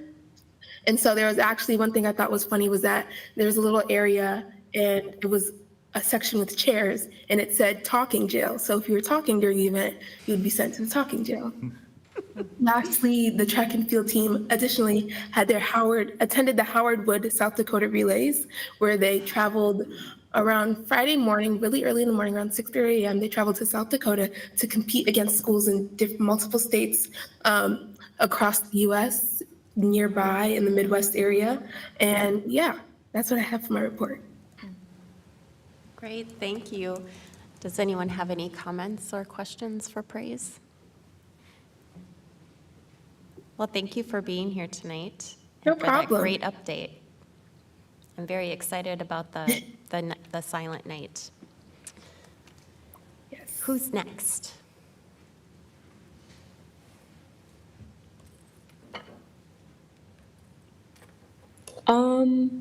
You've got one more virtual, great. I don't know, student board rep. Would you if like to go nobody minds me next? going. I think that's okay with everyone here in the room. Thanks. All right. Mine's going to be real quick. Good evening, everyone, first of all. Sorry for any background noise because it is a full house around here. At Virtual EDU, we've started work on our peaceful pathway, and it's going very well. We're hoping to have at least one ring in the circular garden done by this summer. I actually got the chance to help plant some shrubs, pull some weeds, and plan some landscaping today. The other thing I have to say is that one of our students is participating in the Reach 2024 Student Talent Show with the rest of his juggling club. Oh, cool. Yeah, there's really not a lot going on right now, end of the year. And I think that we did talk about board members get an invite anytime to come see your garden, right? Of course. Thank you. Did you say German club or juggling club? Juggling club. Okay, got it. That's super cool. I mean, German club would have been cool too. I was just trying to imagine it. German juggling. German juggling. Oh, both. Yeah, interdisciplinary. There we go. Who would like to go next? Okay. My name is Mia Osman, and I'm the junior representative. So we just began the month of May, and for many students, this is a really stressful month because it's the beginning of AP tests. I, for one, took my first AP test this morning. It was AP Human Geo Self-Study. But throughout the next 3 weeks, there's going to be AP Language and Composition, AP World, AP Euro, such and such, and it's a really packed month.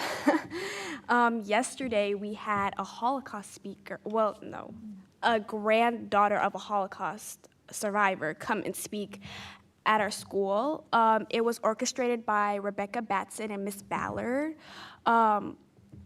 The Holocaust speaker's name is Ellie Fine Steinberg. I think I pronounced that correctly.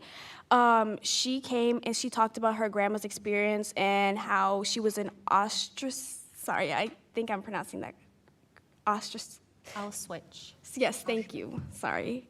And her experiences there. She also gave us a talk on anti-Semitism and the 6 anti-Semitic lies. And it was a nice opportunity to see and learn more about people who have went through this traumatic time in history. It was amazing that a student that was one of our peers have orchestrated this. And it was amazing that we had the speaker come and speak for us. Tomorrow we have the talent show. It was supposed to be today and tomorrow, but due to difficulties, it's tomorrow. So we have a whole block just for the talent show now. And also, as you guys know, National Honor Society, like, applications were sent out and people were accepted. And on May 9th is the induction ceremony where people would come bring their parents and just get together and get inducted. And then on May 20th is when we have our first official meeting and we elect our officers. Sorry, I'm using we because I also got accepted. Congratulations. Next, the Royal Production is having a fundraiser on May 15th at the Bear Cave Brewing. Bear Cave Brewing. There's going to be performances there, and it's going to be happening throughout the evening. So if you guys are welcome to come, and it's on Main Street, Hopkins. And finally, is Teacher Appreciation Week. There are gratitude gifts that are now on sale. If you spend $25 and you end up giving them a personalized card, Bread Smith chocolate chip banana loaf, and a kitchen and bar gift card. So I encourage a lot of students to sign up because a lot of our teachers deserve this gratitude. And sorry, thank you. Thank you. Any questions or comments? Chair Andreessen, I Yes. do have a question. Do we know how many Hopkins students got inducted or accepted into that? Do you have a sense for that? So, okay, I'm not sure how many got inducted, but I do know how many, like, there was a lot that applied. I don't know how much of, like, that many, because when she, like, put us all on an email and then said, oh, can I have your teacher's letter of recommendation? Yeah. And there was, like, a lot of kids, so I don't know if they, like, got into or if it was just, like, applicants, and then, like, some of y'all went through, some of y'all didn't. Yeah. But there was a lot. Yeah, I'd be interested to know because I think that's speaks to the academics of Hopkins, and I think it's to our students' credit, and good job. So, thank you. Mia, what night was the talent show or the showcase? The town show, it's tomorrow. Okay. It's during school. Let me see when it starts. If you guys want to come, sorry. Okay. Is that the same It's as the? There's two showings for like 9th and 10th, and then 11th and 12th. For whichever one, they both start at, one starts at 12:25 and the other one starts at 1:35. Awesome. And then there was an event at Bear Cave. Yes, it Brewing was too? Royal Production fundraisers. Oh, So okay. our theater kids are making a way to generate money for like future plays that they want to have next year. Oh, okay, I see. And what day is that on? That's on the May 15th. Okay, thank you. Of course. Great events coming up. Yeah, it's exciting. Mia, did you say that you took an AP test today Yeah. for a course that you engaged in independent study? Yes. That's amazing. Thank you. So can you talk through how you did that? How did you sign up for this course, and how did you facilitate your own self-study? Okay, so I currently take AP World Studies, and that's like an actual class at the high school. So then when I was taking the class, like I were like, oh, this stuff is like, I kind of like the stuff that I'm doing here. And my teacher said that maybe I should try out doing AP Human Geography, which is similar stuff. But since we don't offer a class, I would have to do it myself. So then when it was like normal AP sign-up time, like I just signed up like a normal AP, except instead of signing up with like a class, I just signed up myself. And it's just so I didn't really like do much to study because, as I said, it's basically like my AP World class, just like with maps this time. So all I really need to do is just like memorize some like maps and vocab words. And when I was taking the test, I honestly thought it was like really easy. So I'm scared that like I'm just like, oh my god, this is so easy. And then I end up coming back with like a bad score, and I'm like, oh. But I know like you're probably expecting like, oh yeah, I studied days on end, but like I really just like, Yes, we are expecting that. I really just memorized a few vocab words, looked at maps, and just answered some questions. Well, no, I have to say that Hopkins classes prepare, incredible. even if they're not AP classes. I had this experience with one of my kids. They took an AP test. They did not take the AP class, and they got a 5. So I think Hopkins classes prepare kids really well for AP Yeah, I'm really exams. glad like we have this opportunity because I don't know, I'm a really big fan of APs. I take as much as I can because I like love the challenge and problem solving, and this is like really amazing that Hopkins like gave students this opportunity because I know a lot of kids are signing up for APs because, sorry, I'm kind of like talking aloud, but like one of my AP classes, AP Language and Composition, like we have to have 3 testing sites because of how many students have like took that class. So it's an amazing opportunity for us to get college credits. Yeah, well done. That's great. Hi, my name is Manuel, and I'm the freshman student board representative. With global and well-traveled being one of the traits of a Hopkins scholar, there are always school trips that are being planned for the future. The Xinjiang Chinese Immersion Program will be going to China in June, and future trips to China that will also be available for non-Chinese immersion students is also in discussion for next year. Registration for the newly announced band, orchestra, and choir trip to Cuba is open right now. This trip will make Hopkins High School one of the only high schools in the world to have been to Cuba on a school music trip. And our Hopkins High School band director, Nora Tycast, was recently selected among hundreds of candidates to play her trumpet with the Minnesota Orchestra. She performed on Saturday, April 27th and Sunday, April 28th with some students in the high school's wind ensemble, and Principal Ballard surprised Ms. Tycast by showing up to watch and support her. The Minnesota Orchestra is also coming to the high school to perform this Friday. Every year they choose 2 high schools to perform, and this year they chose Hopkins High School as one of them. Music students will be dismissed from second block to watch them perform. And with May being Asian American and Pacific Islander Heritage Month, as well as Jewish American Heritage Month, the high school is celebrating and reflecting on the important role that Asian, Pacific Islander, and Jewish Americans have played in American history. Thank you so much. Any comments or questions? I do have a comment. Yeah. For the upcoming performance of the Minnesota Orchestra at the high school, I think they called the 8th graders up because I have a student that will be participating in that, and they're expecting a completely full house. And I think that is a really incredible thing that they do, and a really great opportunity for our students to see people making music their profession. Mm-hmm.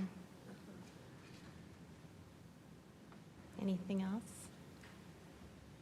Well, thank you, all of you, for your board reports, and in particular, thank you for calling out the people of our community that we are honoring this month, and making sure that we pay special attention to those groups represented in our community. So thank you for that. That concludes our student board representatives report, and we will turn it over to Dr. Mary Peary-Reed for the superintendent report. Thank you, Chair Andreessen. Well, it's really hard to believe that we only have 5 weeks left of the school year, and it's a really busy time. You heard all of the events happening in our high school, and the short list of, or not so short list of things happening this evening include Gatewood's band concert, a 5th grade orchestra concert at Meadowbrook, baseball family fun night and fundraising event at our high school. I think our varsity team is playing right now, and boys lacrosse is playing at the St. Louis Park Stadium. So almost every night of the week between now and the end of the year, there's going to be great student showcase events and things for families and staff to go to. So hopefully we'll see you at many of these events. Scholars in the Juntos Spanish Immersion Program, otherwise known as Juntitos, celebrated the Day of Child with stage performances at Hopkins High School. And I think one of our premier organizers, Ashley, is with us in the audience. She was busy. She had been busy the month prior, making sure that all of the classes and teachers and students were well prepared. And then, of course, it was a busy night. Juntitos wore traditional costumes as they performed songs and dances from various Spanish-speaking countries, affirming many national identities while developing a sense of pride in cultural backgrounds. With this being their inaugural performance, organizers, Ashley, You're hoping for a Day of Child to be an annual event, yes? Awesome. And since we now have our own PK through and growing, but through grade 12 Spanish immersion program in Hopkins, we're hoping this event will unite folks within the Juntos community and also promote cross-cultural understanding with our families. As you know, Glen Lake's secret sauce for enhancing learning are Glen Lake Go experiences, or regular opportunities to learn and apply learning outside of school. Glen Lake students' most recent Glen Lake Go experience was at the Bakken Museum in Minneapolis. Students learned how physicists interact with and study magnets, magnetism, and electricity, and then students applied their learning by using magnets to create electricity. What some people may not know is that our elementary students really love science, especially if it's hands-on and they get to create something new. So we appreciate the Bakken Museum. And we also appreciate our science curriculum that we use in Hopkins. It's called Mystery Science. You can go to the next slide. Mystery Science is a K-5 science and STEM curriculum that uses hands-on activities to help students learn how to think like scientists. We got the curriculum set when we adopted the new science standards in school year 21-22. The curriculum generates engagement and learning. Here are second graders at Alice Smith that were deep into a mystery science unit called Animal Adventures. In this unit, students investigate which kinds of birds are likely to visit a bird feeder based on what they eat. Students then design a bird feeder by first sketching the type they believe will attract a specific type of bird, then building the prototype of their sketch using provided materials.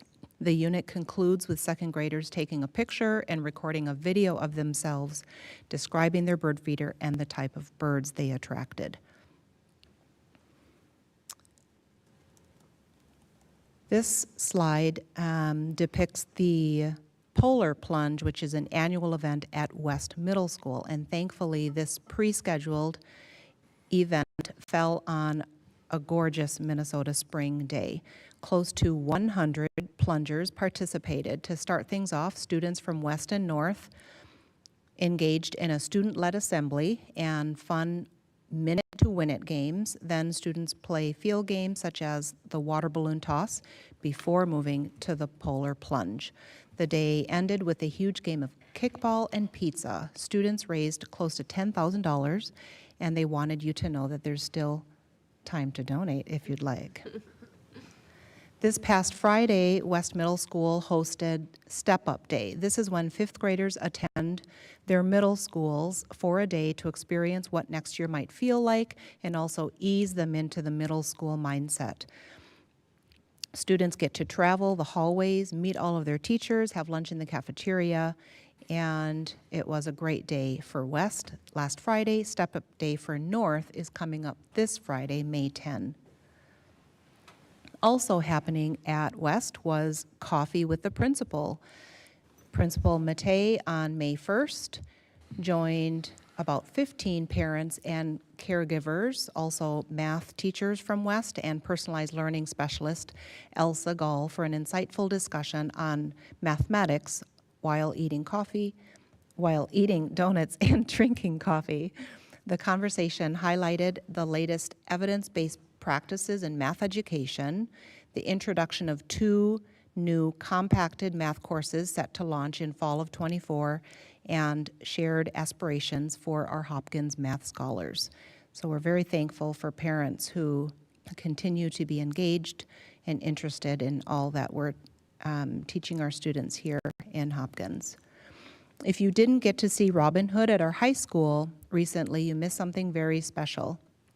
What's also really neat is the larger-than-life posters that the theater department hangs in the front hallway near the auditorium. So you'll have to go when the high school puts on a musical or play, go and check it out, check out the performance, but also you'll see these larger-than-life posters that are being produced and hung, and it really adds vibrance to that hallway. We have a new Royal production director this year who's doing amazing work. Her name is Farah Buffington, and she works directly with Principal Ballard. Both of these women believe that representation matters, and so they are working hard to ensure that who is on stage represents our entire school. Principal Ballard and Farah's students describe Miss Buffington as visionary, thoughtful, and inclusive. So I'm so thankful that our Royal production is promoting these amazing plays and musicals. Also at our high school, we recently had 13 scholar musicians selected for all-state music ensembles this year, which is a huge increase from 2 selected for all-state last year. This is the state's top honor in music. Students will attend a 5-day summer camp with all state-wide participants and then will perform next year at Orchestra Hall in February of 25.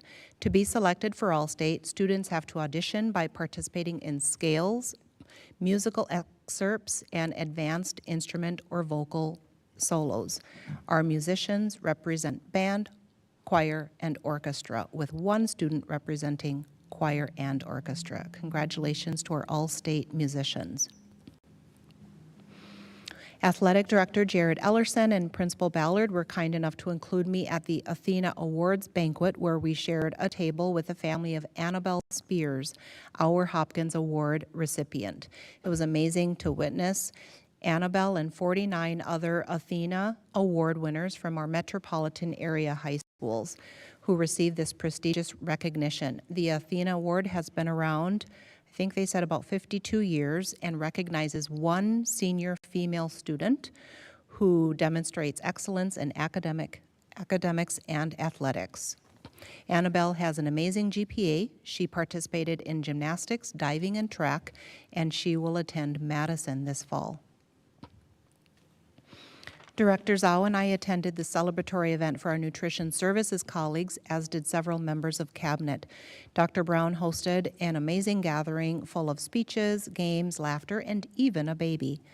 We appreciate our nutrition services staff for all they do to prepare scratch meals for our students, to help students try new healthy foods, and they've worked really hard to ensure that this first year of universal meals is a success.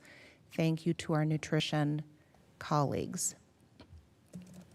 As I mentioned in my monthly leader memo, Laura Jensen and Ellen Wu were celebrated as 2 of 11 Minnesota Teacher of the Year finalists this past Sunday at the banquet. Although Tracy Bird, a 9th grade ELA teacher from Minneapolis-Washburn, was selected, Hopkins was really well represented by principals, teachers, and even Miss Wu's kindergartners and their parents.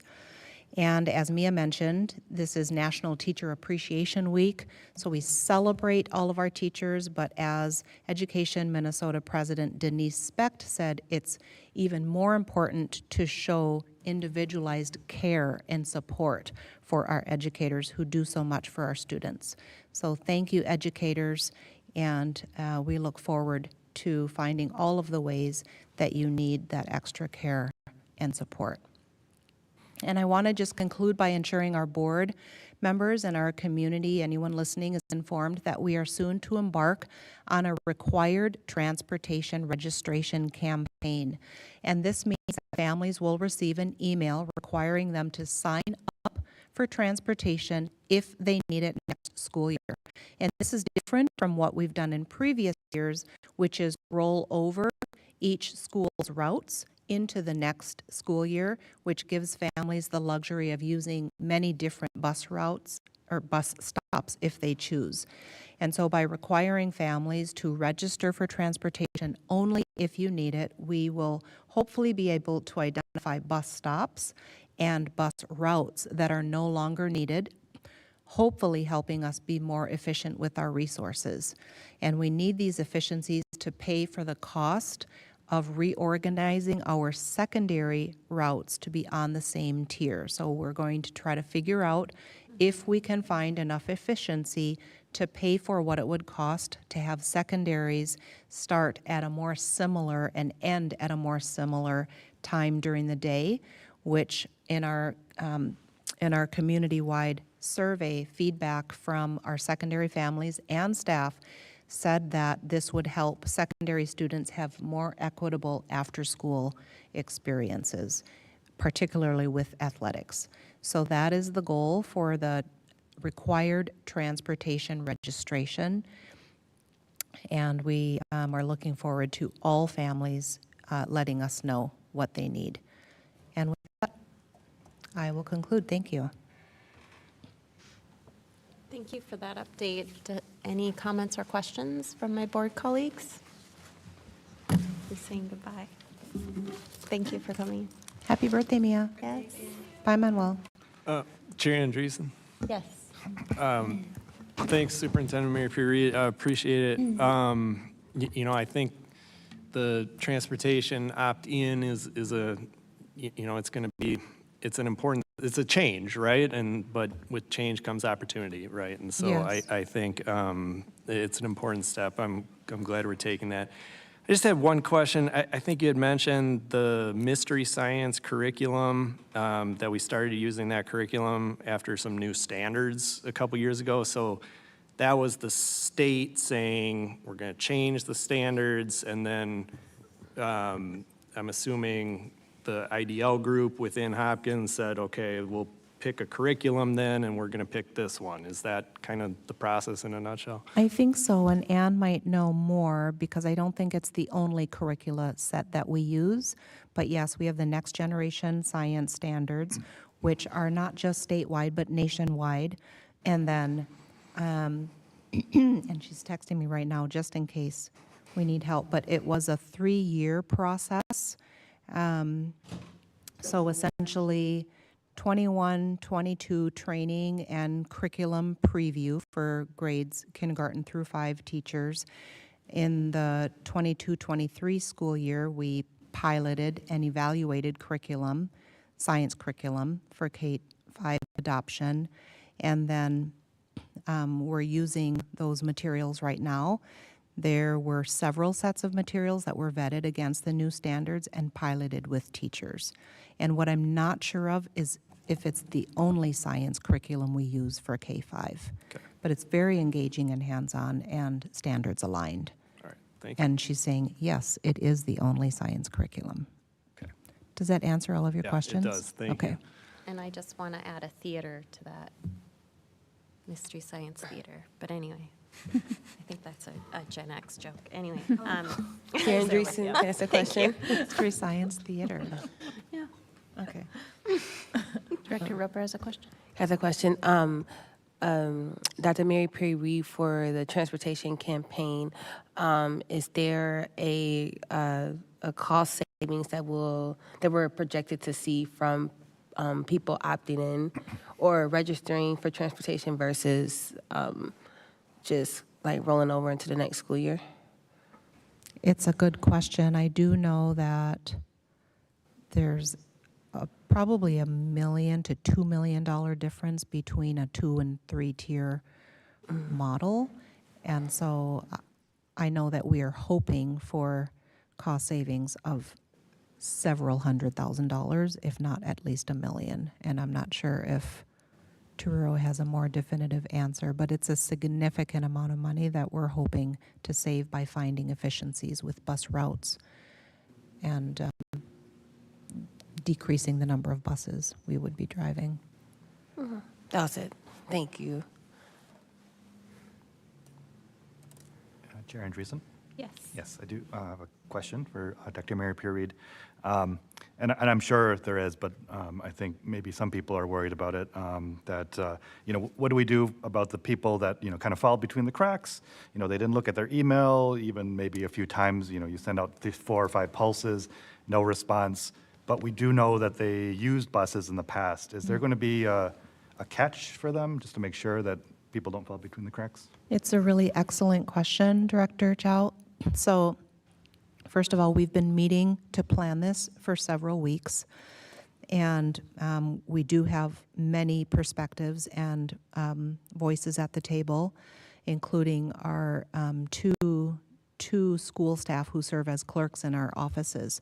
And so we've identified a number of specialized populations, for example, Students who receive special ed services and have a specialized route, our open enrolled families, our Kids and Co families, our students who come from North Minneapolis and are part of Equity Options, our preschool and early childhood families. So, also our students who are eligible for McKinney-Vento services. So there are probably 3 or 4 of those populations where we are going to work individually with every family, with the assumption that if they're using service this year, they will use it next year. We also are working with our school staff to ensure that a designee at each school, a designee or 2 at each school, will place personal phone calls with families who do not respond to the survey. We have our enrollment team who will be working closely with open enrolled families and newly enrolled families. So we're really trying to cover all the bases because we were also worried about that same thing. Around 30% of our families maybe not responding, and then how are we going to follow up? Perfect, thank you. Thank you for that. All right, well, I think that concludes our superintendent, the reports section of our meeting tonight. So I would look for a motion to approve our agenda. So moved. I have a motion. Is there a second? Second. I have a motion and a second. All those in favor, please say aye. Aye. Aye. Any opposed?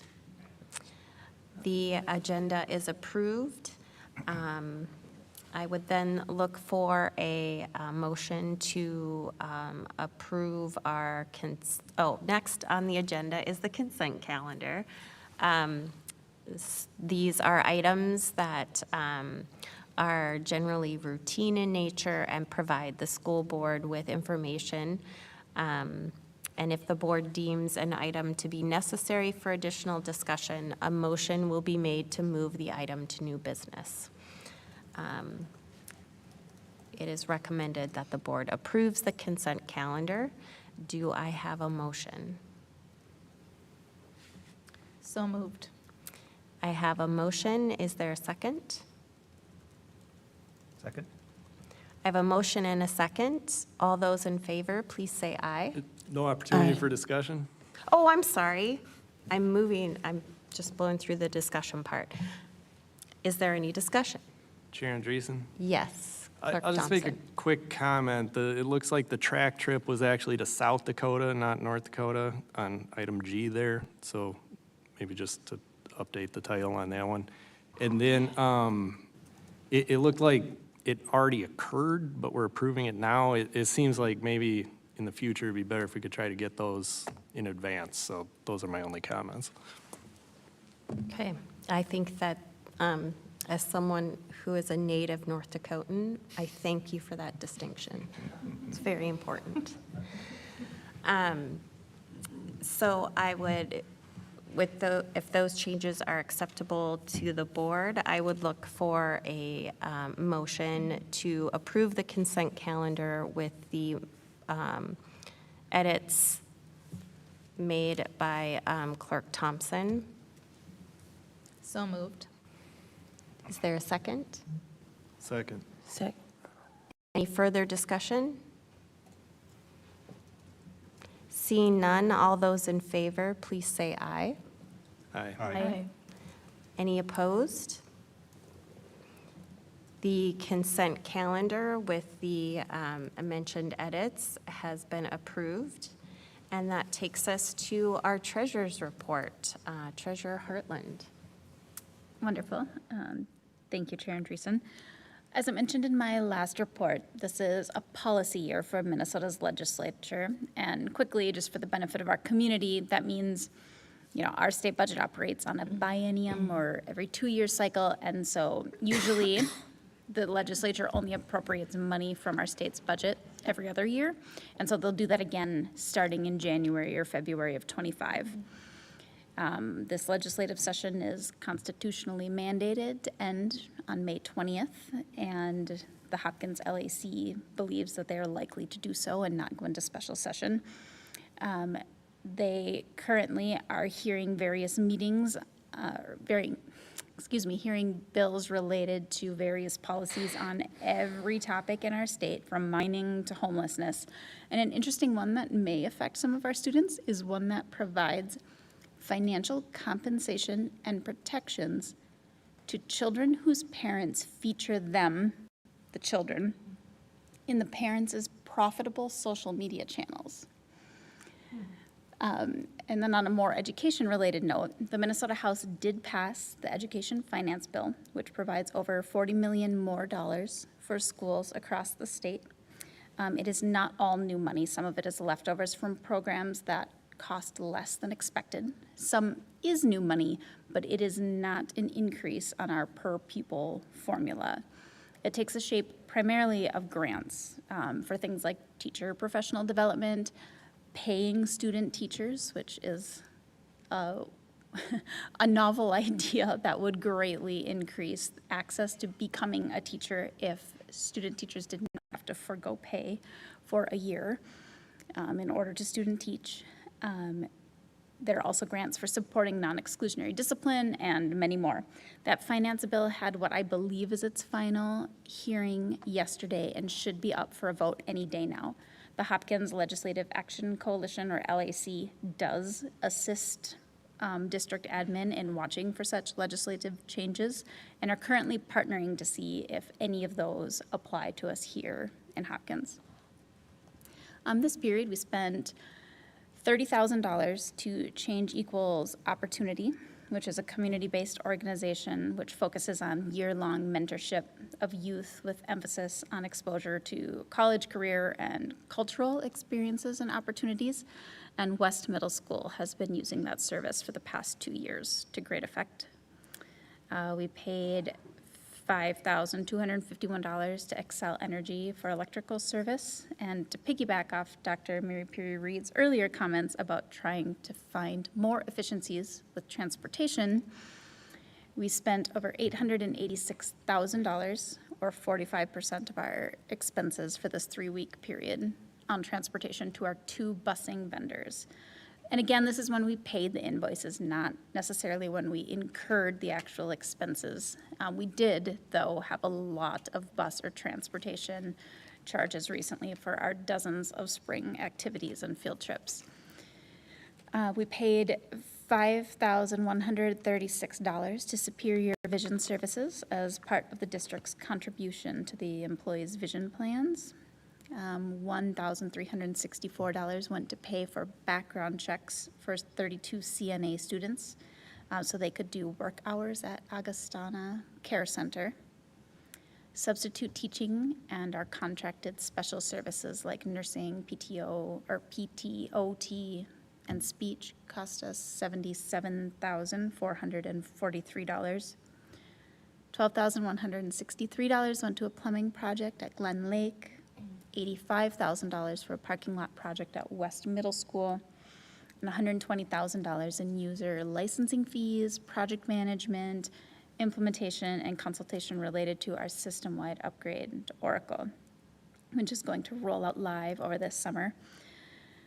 $14,771 was paid to Blake Private Schools as part of our mandated obligation to cover costs for certain services to their students.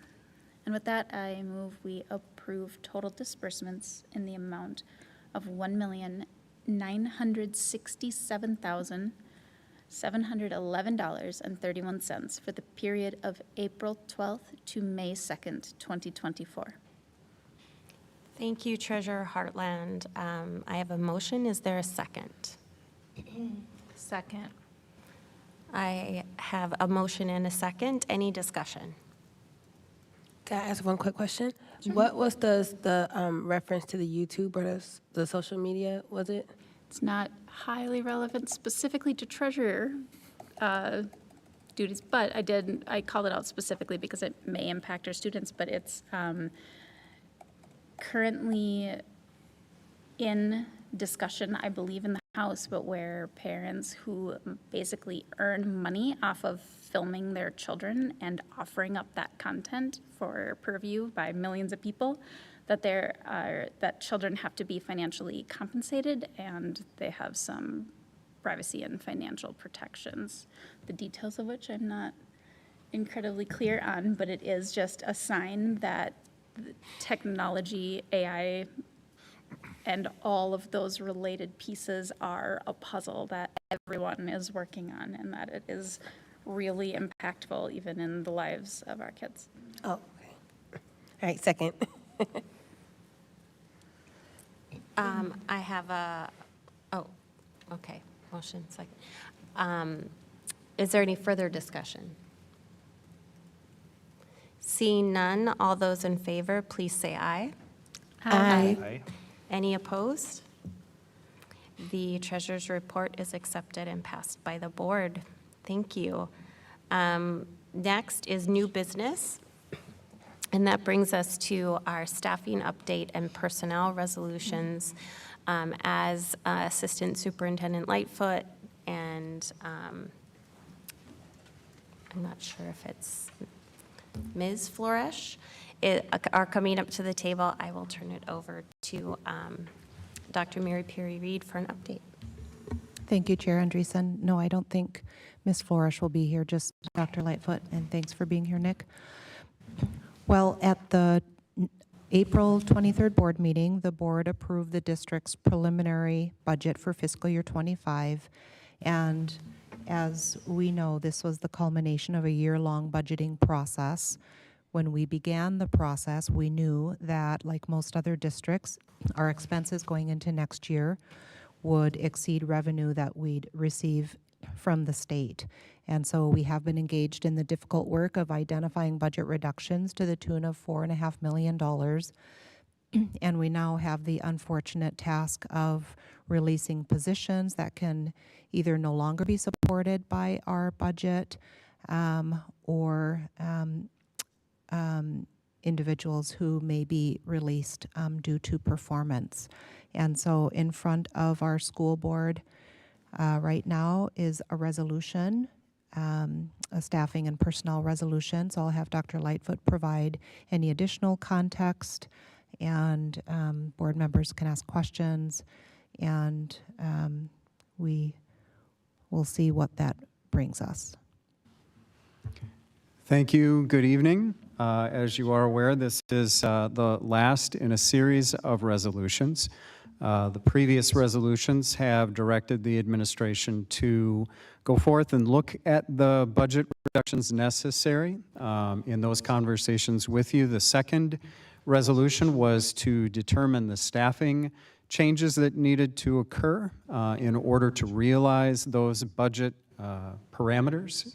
And with the adoption of the preliminary budget, we have brought that work in front of you this evening, as Dr. Mary Perry Reed identified, with the staffing resolutions that are in front of you that do go forward and then end the contracts that we have for the temporary contract segment of the resolution, and then the non-renewal of the probationary segment of that.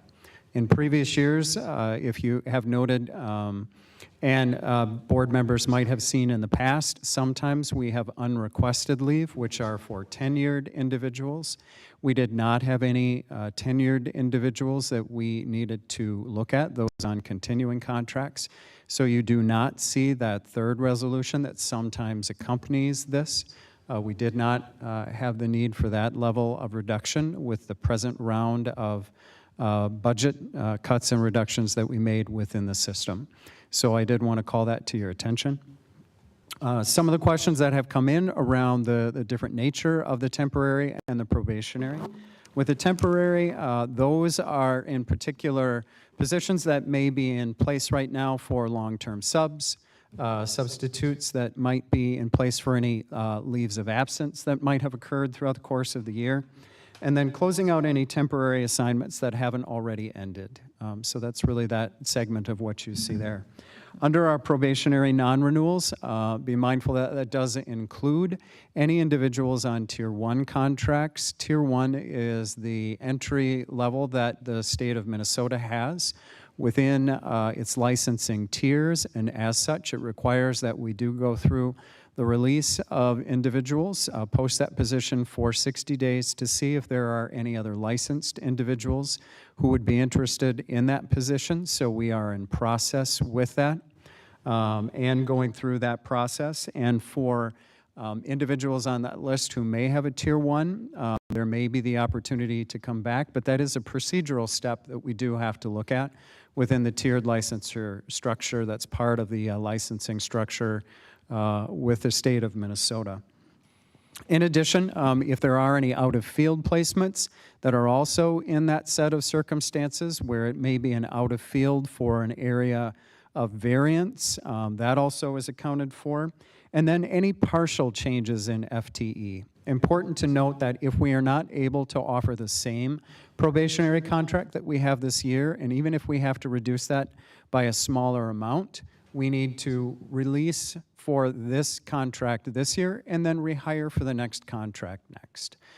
So some of the questions that came in were, will some individuals have positions next year? That answer is yes, but part of that FTE may be a little bit smaller. So we do need to go through that process in order to make sure that we have the contracts lined up. That's part of what our responsibility is when we provide the notice. And then when we provide the notice, our administrators will also let individuals know about the status of what may be in place for next year. So with that, those are the two components that you have as part of this resolution that is in front of you this evening. If there are any additional questions, I am more than happy to answer those. And then would look for, if after the question answer period, a roll call vote on this resolution. Thank you. That was going to be my first question. Any questions or comments from my board colleagues?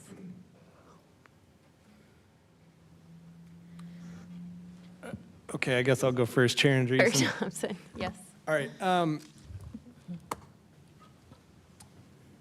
Trying to think of how to say this. It's, you know, I understand that there's, you know, different contracts, and it's an area I don't really get, okay? And so I get it. Some of this is normal, right? It happens every year in education, this happens. So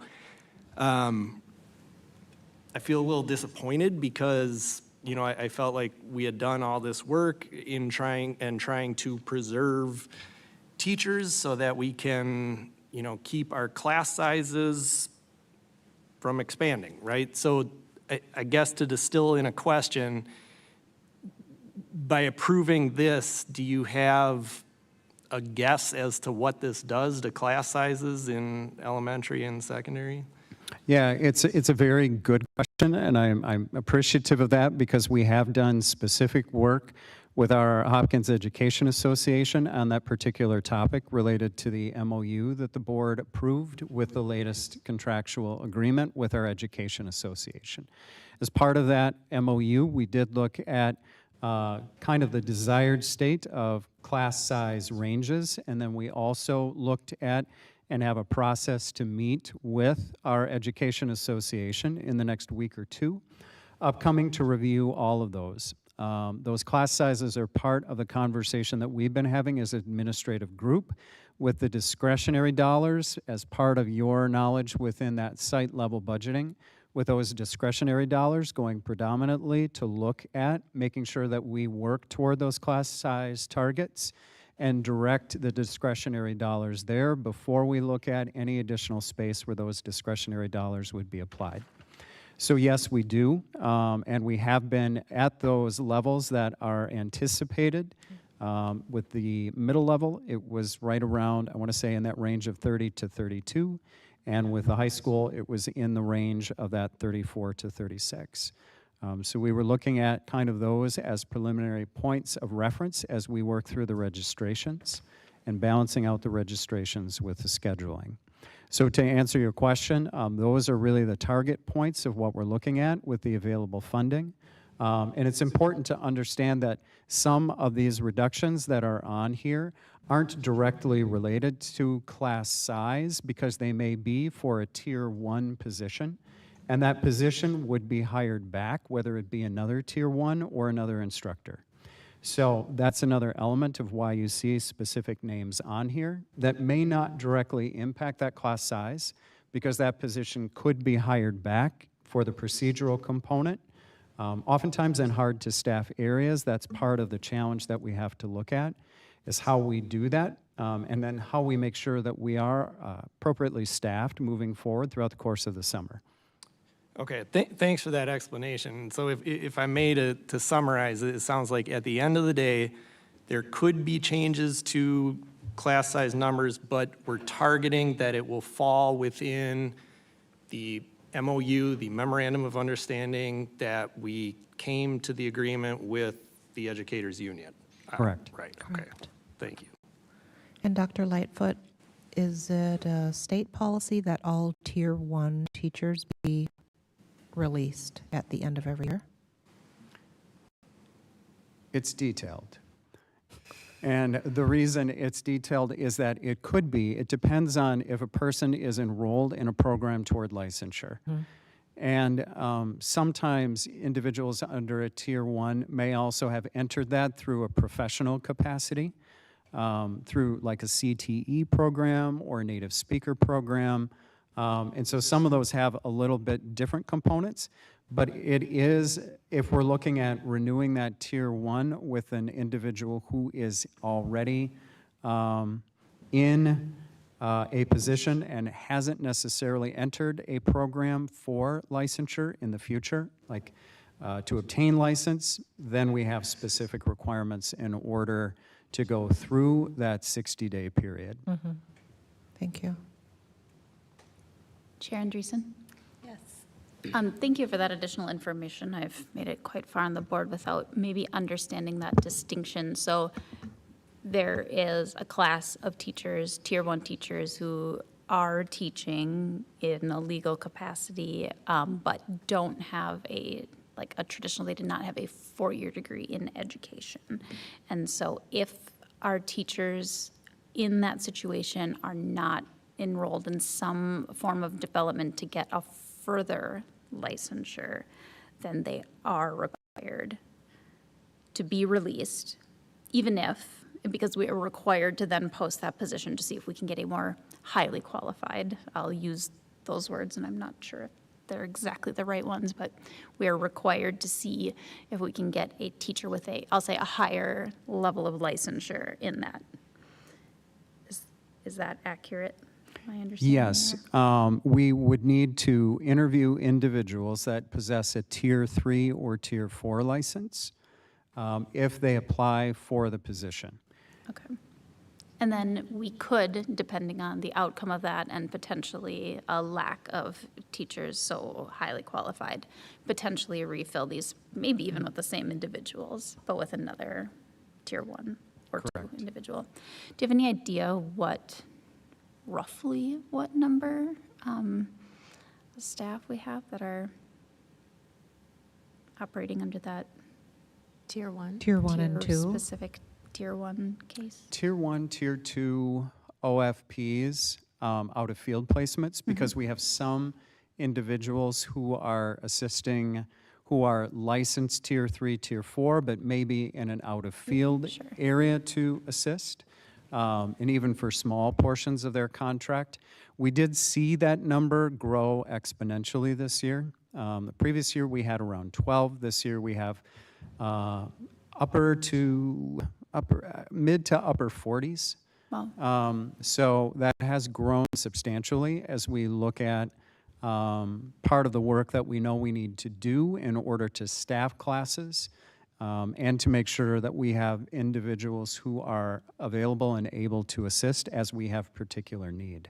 Okay, and then to clarify that, so we have teachers that have a Tier 3, Tier 4 licensure, but for a variety of reasons, either themselves wanted additional hours or they had a need, took a class outside of their specialty, and in that case, they have this lower level of licensure, even though they have a lot of other experience and expertise in classroom. Yep, absolutely. And some of those being for smaller sections of FTEs, people who are willing to assist and take overages to help out throughout the course of the year, because it's difficult in a very competitive labor market to find positions that are full-time positions, but when those positions may be partial FTEs, 0.167 one semester, 0.333 for this term.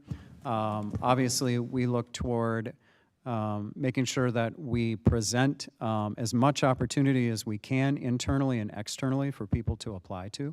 Okay.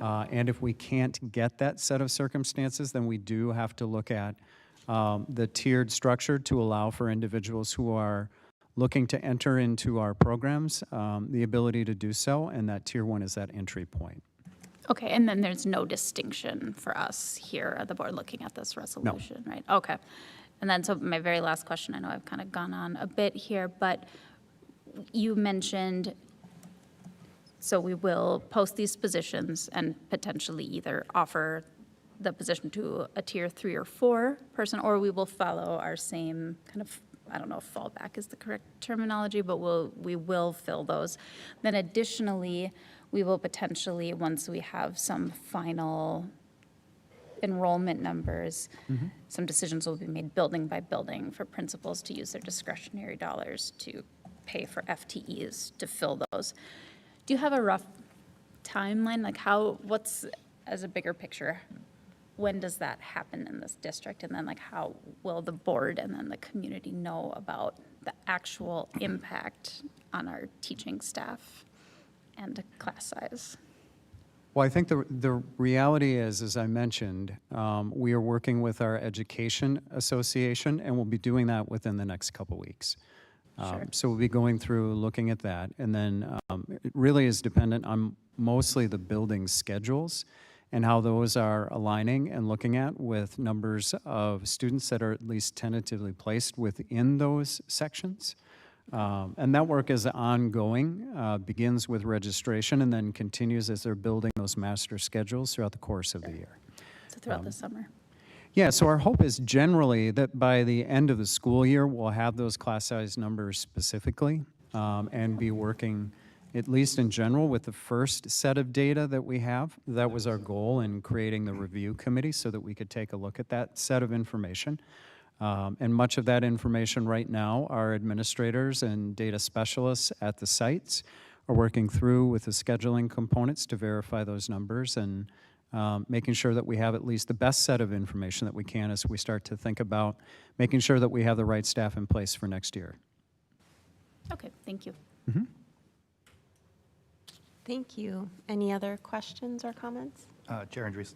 Yes. I do have a comment, and I think just for the benefit of context for the community, I did ask a question, but so just looking at this list, at first blush, as kind of like a parent or an outsider, it was much higher than previous years. But I think you did a good job explaining that. I think just for context, it's about like 25% higher than the previous years. So it is, just to provide that context that, it is painful and it is something that we wish we didn't have to do, but it is also not like absurdly high, right? It's within not normal, but it is kind of within kind of boundaries. Like it was 33 people in 2023, for example. Just wanted to provide that context for the community. Thank you. Any other comments or questions? Well, as was mentioned many times, this is not our favorite part of being on the school board. It is always hard to look at these names, many of which we know personally. And so it is comforting to know that some of it is just part of the process of school district and adhering to our contract and licensure, which we do not control as a school board, but it is always hard to see these resolutions before us. So with that, I will ask for a motion. Do I do motion, or do we just do a roll call vote for the resolution? The resolution, the roll call vote would be initiated by the clerk. So it would follow the normal motion process. The roll call would be for the actual vote itself. Okay, thank you. So I would look for a motion to pass the resolution of staffing update and personnel. So moved. I have a motion. Is there a second? Second. I have a motion and a second. Any discussion? Seeing none, I will turn it over to Clerk Thompson for a roll call vote. Okay, for the roll call vote, Chair Andreessen, Aye. Treasurer Hartland, Aye. Director Roper, Aye. Vice Chair Ross, Aye. Clerk Thompson, aye. Director Westmoreland, Aye. and Director Zhao. Aye. With unanimous passes. Thank you, Clerk Thompson. And thank you, Assistant Superintendent Lightfoot. Thank you. And I would like to, with that takes us to the next item on the agenda, long-term facilities maintenance plan updates. I would like to invite the next individuals up to the table and turn it over to Dr. Mary Perry-Reed. Thank you, Chair Andreessen. So we have a few guests for this next presentation here. For community's knowledge, every year school boards need to approve their district's 10-year long-term facilities maintenance plan, and for short, we call it LTFM. And this is approved by the school board, hopefully, and then submitted to the Department of Education for further review. And I hope that community members who have been in our schools, as well as our students and staff, can attest to the fact that our buildings are in great condition, thanks to the work of Director Chapanduka and people who came before him, our buildings and grounds supervisor, Kevin Newman, and our partnership with SiteLogic. We take great pride here in Hopkins in facility maintenance. And so there's a lot of thought that goes into this 10-year facility maintenance plan. And during the workshop, and also at our last board meeting workshop, you heard information from Ellers around how projects are funded. So without further ado, I'd like to welcome Director Chapanduka and Mr. Newman to the table, and then our friends from SiteLogic, Kevin McGauley, Jake Berg, and Dave Gibson. Welcome. And I'll turn it over to you, Truro. Thank you, Dr. Mary Reed. Again, good evening, Chair Andreessen, respected board members. Yes, so this is what we actually do on an annual basis in terms of our long-term facility maintenance. And I just want to make sure that we, in fair distinction between some of the conversations we've had at the board table during workshops around the potential and possibilities of a referendum. This presentation will take us through some of the work we've done in the past in terms of our facilities maintenance and the plan we have for the next two fiscal years, as well as any potential improvements we can identify within our system. We've worked with SiteLogic, Kevin, since 2002, if I'm not mistaken? 2004. So it's a long-term partnership we've had with SiteLogic, where they help the district in making sure that our facilities are up to standard and they have the quality level of service we need for our community. I don't want to take too much time, so I will give the opportunity to Kevin and Jack, as well as Kevin and Dev to take us through the presentation. And please feel free to stop us through the process and ask any leading questions. Thank you. You can go ahead, Jake. Thank you, Director Chapman-Duca, and I just would like to comment that SiteLogic feels very proud to be here as well tonight as the district's partner, and thank you for the ongoing partnership and the opportunity to present to the board tonight. With me to my left is our Senior Vice President, Kevin McGully, and to my immediate left, Dave Gibson, who is our Senior Project Manager, who is almost a fixture here at Hopkins. He has been working on implementing construction projects here for close to 20 years. So a lot of expertise in the room here today, and very happy to go over kind of a little bit of a history in terms of Hopkins' long-term facility maintenance plan. We talked a little bit during the Eller's presentation about finance being a complicated topic. Sometimes long-term facility maintenance planning can be as well. So I wanted to provide a brief overview of a little bit about what that program is. Kind of recap the district's strategy that it's utilized over the last 20 years, share a little bit about kind of the results. As Dr. Mary Priya-Reed commented, you have a lot to be proud of. You have an elite profile within amongst your peers in terms of the condition of your facilities. And then just a little bit of peek around the corner as we're in a planning year right now, potential bonding year going forward. We'll do a brief recap of the potential projects in what we're calling Bond 24, which would be 2 years of projects. I would like to make this interactive, so as I go through, please feel free to interrupt, ask questions. The purpose here tonight is for this to be informational and for you. So with that, I'll continue on.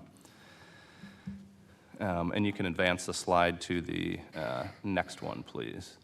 A brief overview for the LTFM program. So it is put on by the Minnesota Department of Education, really put in place to help improve the quality and safety of your schools. It's a program that provides a vital service and has a specific use of maintaining and improving and replacing your critical infrastructure. So there's a specific distinction in long-term facilities maintenance in that it is to maintain or replace existing. When Director Chapman-Duca gave the example of adding space to a facility, that would be an enhancement or an improvement that would not fall under the guidelines of the long-term facilities maintenance program. Part of the LTFM program requires an annual 10-year plan submission. So while we both plan for the short term for projects, it also takes a long-term view, and that's continuously done every year. This is a special year, of course, because it is a potential bonding year for the district to fund projects for the next 2.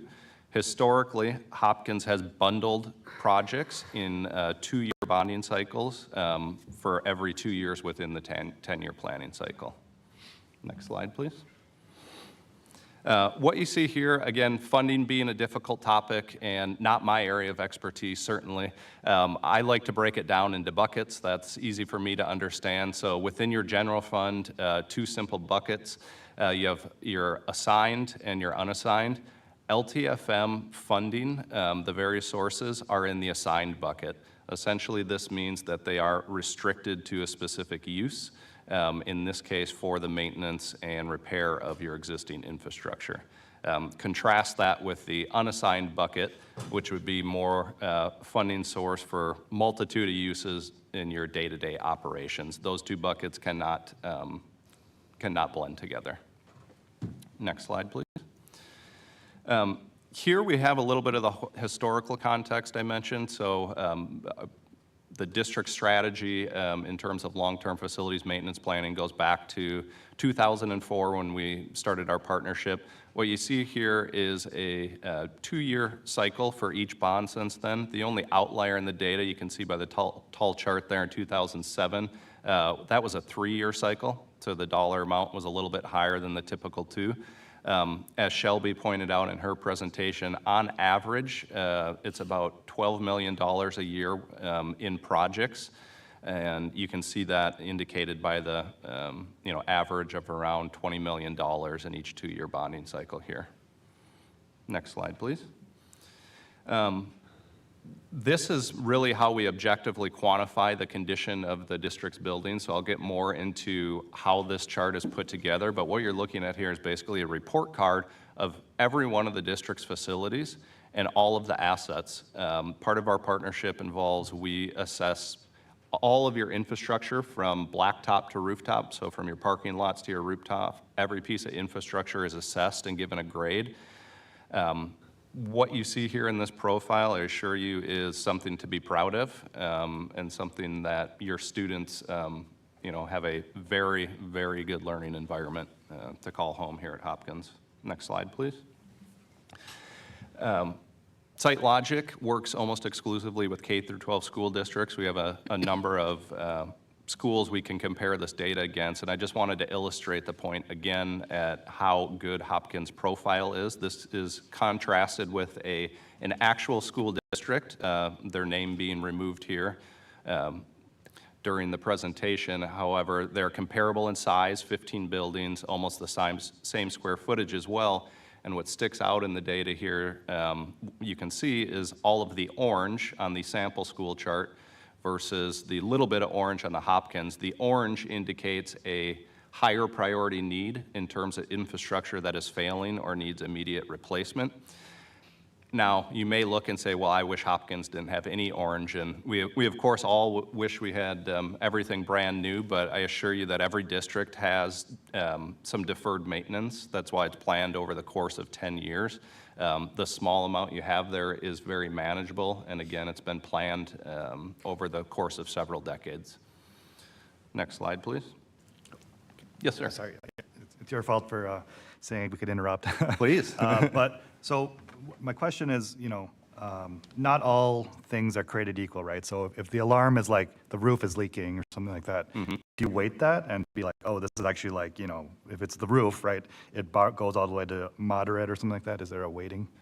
Great question. So I'll jump ahead and we can skip over this when we get to it. So we take a look at, we basically objectively and subjectively analyze all of the infrastructure. So one thing we'll do is take a look at that roof and say, okay, that roof should last you 25 years on average, according to industry standard, right?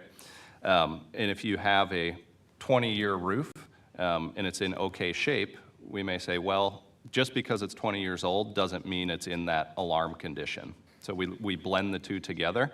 And to your question specifically, we have a advanced prioritization built into that to then rank that leaking roof much higher. There's several other factors in the prioritization, which I'll get into later as well. SiteLogic's role here is to help guide and let the district decide. We want to present you with all of the information and make an informed decision. So we call it an advanced prioritization because we provide that to Director Newman and Director Chapanduca as kind of our guidance or recommendation, but ultimately the district then decides for itself what their priority is. So it's a composite score, not like each individual item. It's a composite score, and we also factor in replacement costs. So the example of roof is a very expensive asset, and compare that with maybe a locker, which is a less expensive asset. So if they're both in the same condition, the roof will move the needle more than the locker will. And so what you're seeing there is the replacement cost, and having very little orange and a pretty heavy amount of dark blue is a really wonderful thing. Again, I've worked with a lot of school districts over my 35 years in doing this. And again, what you have is an elite profile. And I think it's important for your community to know that these dollars that you've invested over time has produced such a schedule. Thank you. Yeah, and as we look at the slide that's up here currently, this is really telling the story of investment between LTFM and referendum dollars. Hopkins highlighted there in orange by dollars per square foot over the last 20 years. So as Kevin alluded to, the district really has an elite profile. If you look at this, this is saying that you have really spent in the middle of your peers, but your buildings are in very good condition. So again, it speaks to and demonstrates the fantastic stewardship of the community assets that the district has been in charge in, and the fiscal resources that you've deployed to keep them up to date. Next slide, please. Next, I would like to get into a little more detail about how we plan. So to some of the questions we had earlier, If you could advance the slide, please. How are these critical infrastructure needs identified? How are these needs prioritized? We touch a little bit about that. And then how are decisions made ultimately to come to both a short and long-term plan? Next So slide. as we're kind of in this planning phase, and forgive us, you got some new people here, okay? So Yep. we might have some dumb questions. But, so Site Logic, you guys have worked with the district for 20 years. How often does that come up for a renewal or something like that? Like, how long do we retain your services and, you know, put out an RFP for another one or something like that? I don't know. Director Chapaduca, would you take that? Yeah, sure. And I mean, we've been having conversations. Excuse me, would we be able to perhaps answer that question at the end of this presentation, Clerk Thompson? Would that be all right? It's fine with me. Okay, great. Thank you. Please continue. Okay. Sure. So speaking to more of the historical planning milestones, again, how this has been looked at in the past. So starting out in the top left there, we are continuously going through and assessing the district's infrastructure. So whether it be a bonding year or non-bonding year, we continually have boots on the ground updating the district's asset conditions. With that information, we pull it all together and meet for call it a preliminary facility assessment review around January, typically each year. And that's where we kind of take a look at the scorecard, if you will, for each building. We review that information with Director Newman, Director Chapanduca, and incorporate any feedback from staff at that time. In the background, we're still working and preparing for what we call our comprehensive assessment review, typically around the February timeframe, where we start to bring in more potential project costs and any new items that come up at that point. From that meeting, we get into a workshopping phase, again, typically in the March timeframe, where we're working with staff to prioritize different projects and working with Ellers to understand some of the funding scenarios involved with those as well. Ultimately, getting to April, where final decisions are made on potential 10-year plans and expenditure plans to be brought to the board for review in May. Next slide, please. So again, all of this is a lot. There's a lot of data that goes behind this, and we house that all in a program called MySiteIQ. So this is a cloud-based strategic planning platform. Every single one of the district's assets in each of your buildings, again, from parking lot to rooftop, is under one digital roof in this system. Next slide, please. The real power of this system just isn't in the technology. It's in combining the technology with the boots on the ground expertise. So it's having our historical knowledge of the buildings, our engineers, our facility analysts, combine that with the power of this platform to house the district's strategic plan. Next slide, please. Here's just a snapshot from the MySiteIQ platform. You'll see facility information for each of the district's facilities listed here. Continue on, please. Ultimately, this program is the foundation for your 10-year LTFM expenditure plan. Next slide, please. And next, I wanted to get into a little bit more about the comprehensive assessments, because this really forms kind of the meat and potatoes of the plan. So again, continuously updating this. If you go to the next slide, you'll see there are 16 categories listed here of facility assessment. So the Minnesota Department of Education utilizes 15 categories of eligible expenses under the LTFM program. We assess over 16 that we bring into here. So there's things on there like mechanical systems, electrical, plumbing that you typically think of when you think of building maintenance. There's also others on there like interior finishes, which may not come to mind. There's replacement schedules for your carpeting, for instance, within the building that are all assessed and completed in there as well. Next slide, please. In addition to the nuts and bolts, I'd call it, of the mechanical systems and electrical within the building, all of that comes into the comprehensive assessment, but another vital component to that is what we call our indoor environmental assessment. So there we're looking at things like lighting, indoor air quality, temperature, humidity, All of the things that really impact the indoor environment, and more specifically the indoor learning environment, all of these have a direct impact on student achievement, so they're very important variables to track and measure. I mentioned there's a lot of detail in here. What you see is a very colorful map, and it is just one floor of your high school building of all the different heating, ventilating, and air conditioning systems that serve that one floor. Each box is tagged there, and each color represents a different unit. And if you look real close, you can see each unit has a little different vintage in terms of its age. So each unit there will be on a separate replacement schedule in terms of that long-term plan. Again, you have a very good mixture of assets there. You don't want to get into a situation where all of your units are due for replacement at one time, so it's been a very strategic replacement of those throughout the years. Next slide, please. I mentioned earlier an objective and subjective analysis of your system. So what we're looking at right here is really more the objective side. So we'll take a look at the age of the equipment. I'll use the example of a boiler, a hot water heater in the building. Engineering standards are going to rate the life of that boiler at 30 years, right? So our first part of our analysis will just say, how old is that boiler compared to its useful life? Next slide, please. We'll then have our boots on the ground engineers and analysts perform kind of their subjective analysis, what I'll call our multi-point inspection of that boiler. I give the analogy of a set of car tires where you purchase them and you buy them rated for perhaps 50,000 miles. We all know that if you throw your tires on your car and you don't look at them, touch them, inflate them, rotate them, you're probably not going to get to 50,000. They're probably going to wear pretty bad.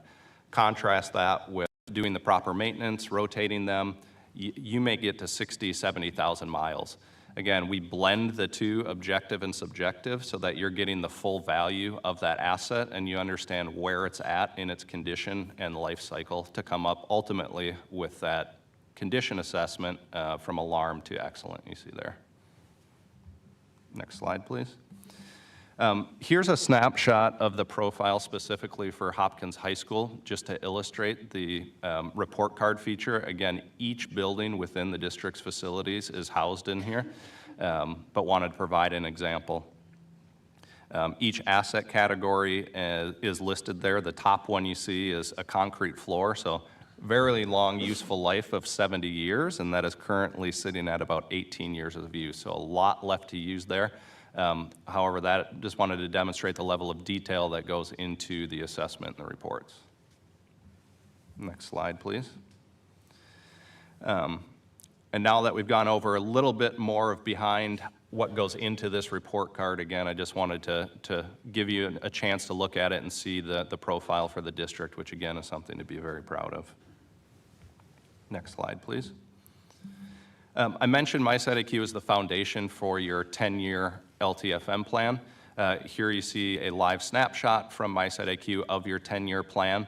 The dotted line bar chart across there represents the average over each year. So as Shelby pointed out, it's around $12 million historically. What we're showing here in the plan now is about 11.6. Each year ebbs and flows just a little bit, but again, it's kept even to keep a nice smooth program throughout the year. Next slide, please. And here's a more focused view of the kind of peak around the corner, which we'll be getting into, which is the Bond 24, the next 2-year cycle of projects. These are organized, again, you can see by school where the budget is. So the high school and Alice Smith having the larger portion of projects due this year. However, when you look at the budgets for those, the high school having the largest budget, when that's broken down by budget per square foot, the high school is such a large footprint within your square footage within the district that it is actually a lower cost per square foot in terms of these projects than compared with Alice Smith in this case. So wanted to bring some magnitude into the discussion. Next slide, please. All right, and you can skip one more ahead. Sorry, just advance one more. There we go. So In addition to looking at individual projects and bond years, something the district has also done a very good job of is ensure that projects and needs are met in every building every year. So what you see here is a snapshot of the 10-year plan and a district-wide funding allocation that occurs every year. Around $1.5 million each year is allocated to district-wide projects, and we'll get into a little more detail of what those typically encompass later on.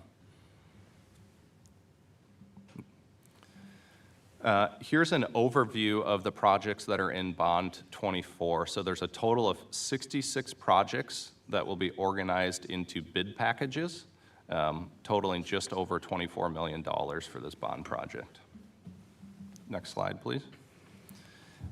First one on for review here is Alice Smith. Again, a total of 11 projects will be organized into this bid package. At Alice Smith, we're looking at making ventilation improvements, lighting upgrades, some steam to hot water conversions, and really a lot of projects that are interconnected, I would call. So the question about how are projects prioritized in terms of that. Interconnected is one thing we'll look at. I'll give the example of a ventilation project where we typically above the ceiling, you'll see here is ductwork running for the ventilation. Well, if we have to replace that system, it means we have to drop the ceilings, which means we typically have to drop the lights, so everything above it is exposed. It makes sense, there's an economy of scale to then also replace your lights and potentially your ceiling grid at that same time.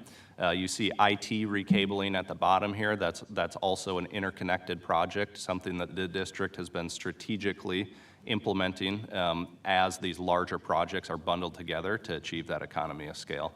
This will be a very similar profile to what's occurring at the high school in this cycle as well. Both of which are, I would say, a continuation, and I believe, Dave, almost a culmination of about a 20-year effort to convert the district over from a inefficient steam heating system to really kind of state-of-the-art energy efficient hot water system. So very exciting in terms of projects, and I know Dave's been working very hard on that over the last few years. So. Yes, the high school, Alice Smith, are a couple of the schools that have not yet converted from steam to hot water. We do have another one around the corner. It's this facility here, but that's not for this bond cycle. We'll talk more about that in the future. Thank you. Thank you, Dave. Next slide, please.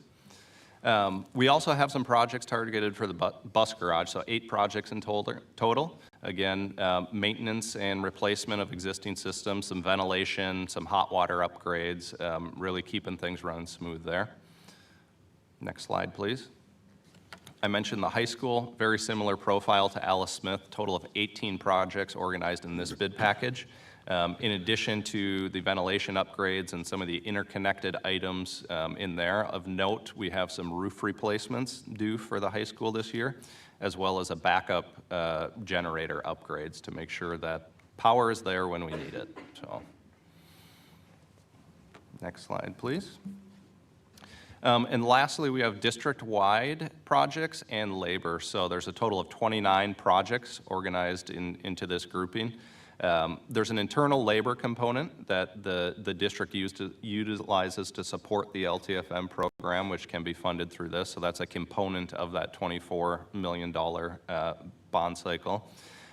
Within district-wide, the projects really span across the schools. There's parking lot and sidewalk repairs. I mentioned the interior finishes, so there's always carpet that needs to be changed out and replaced, landscaping that needs to be touched up, and doors that need to replace. So that's really keeping housekeeping and making sure the schools are operating. What are controls?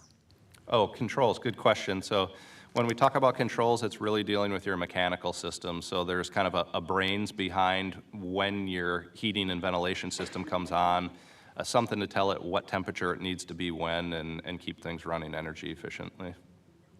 Yeah, and I also just wanted to add that a lot of the district-wide projects, part of what JK initially provided information around that 1.5, which is managed by Kevin and his team internally.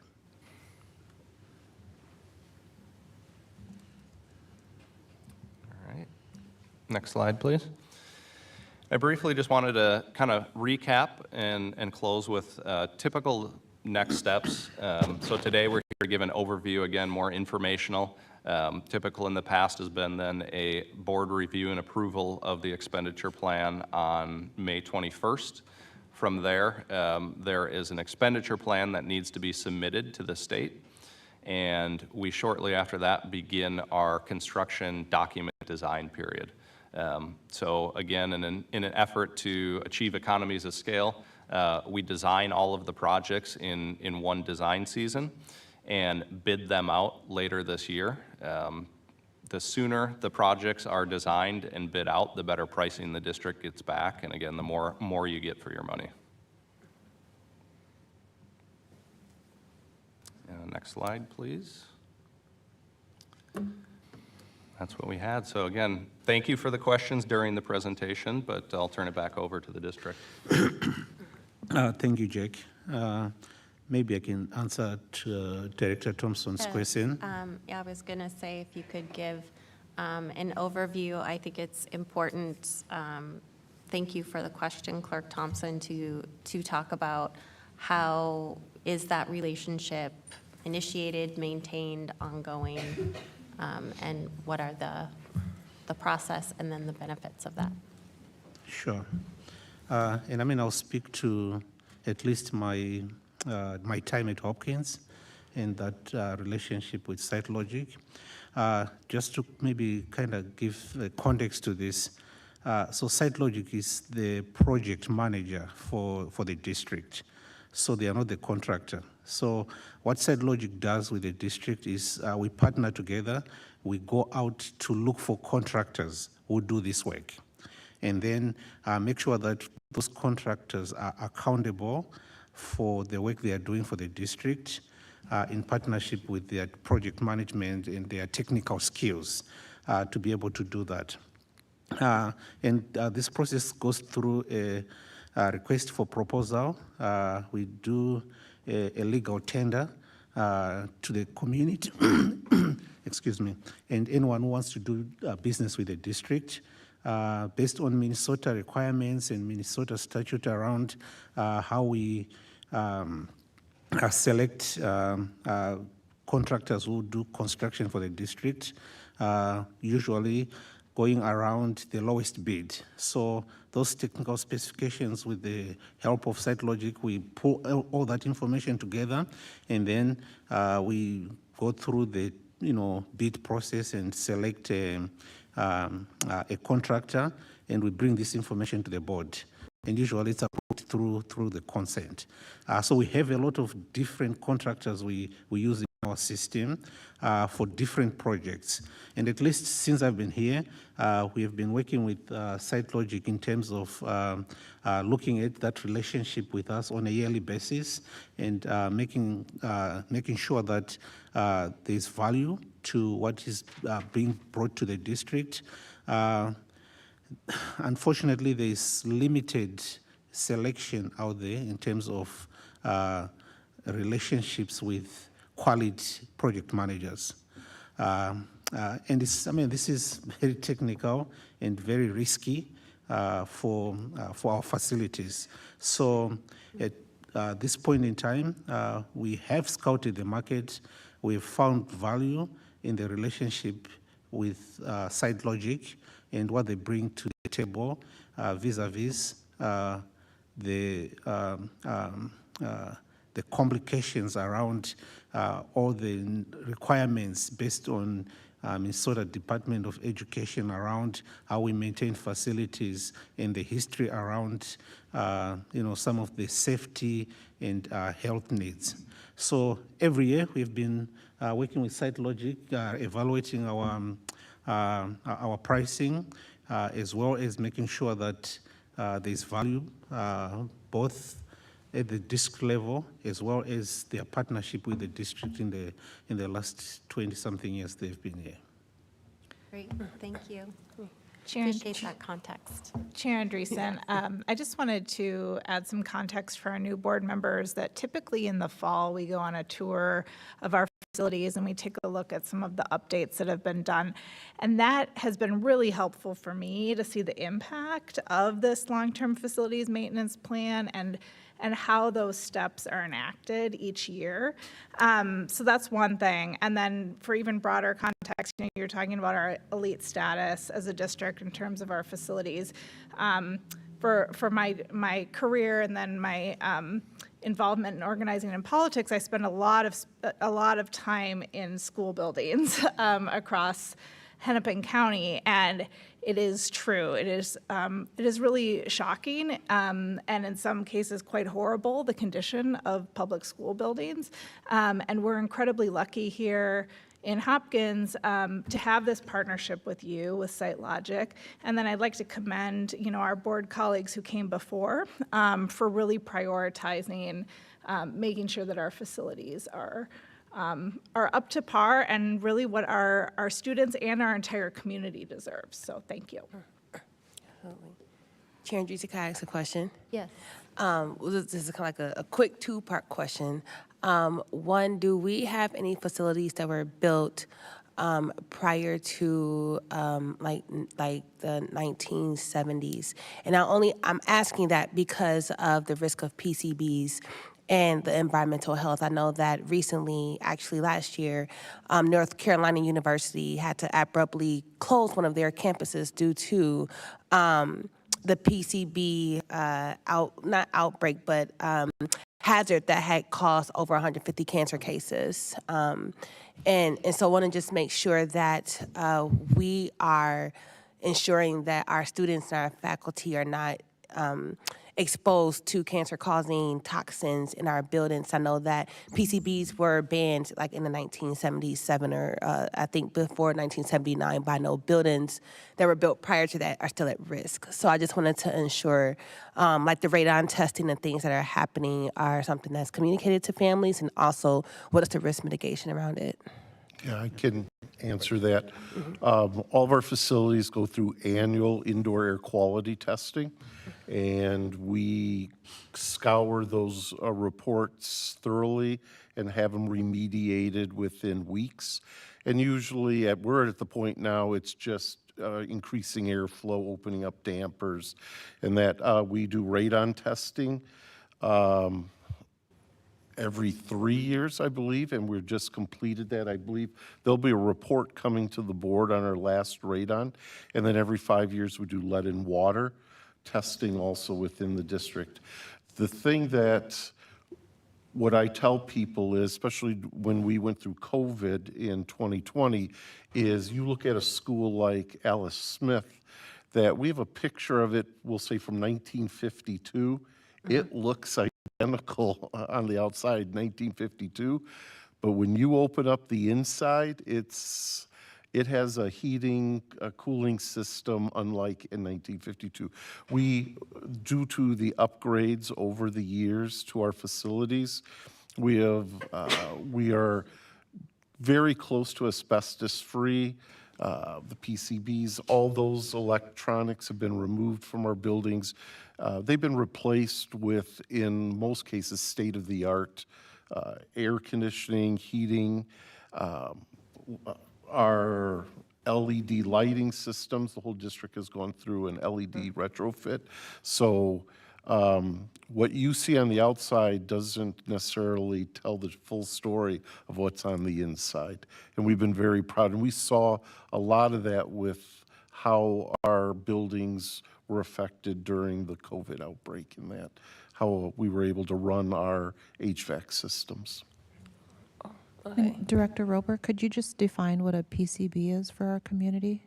Yeah, so a PCB is a I might mess this up, polychlorinated biphenyls, and it's like a harmful toxin that was used in like a lot of construction and products like early like the 1950s, and I know that they were banned in the United States because of the harmful impact that it has on human health and environment.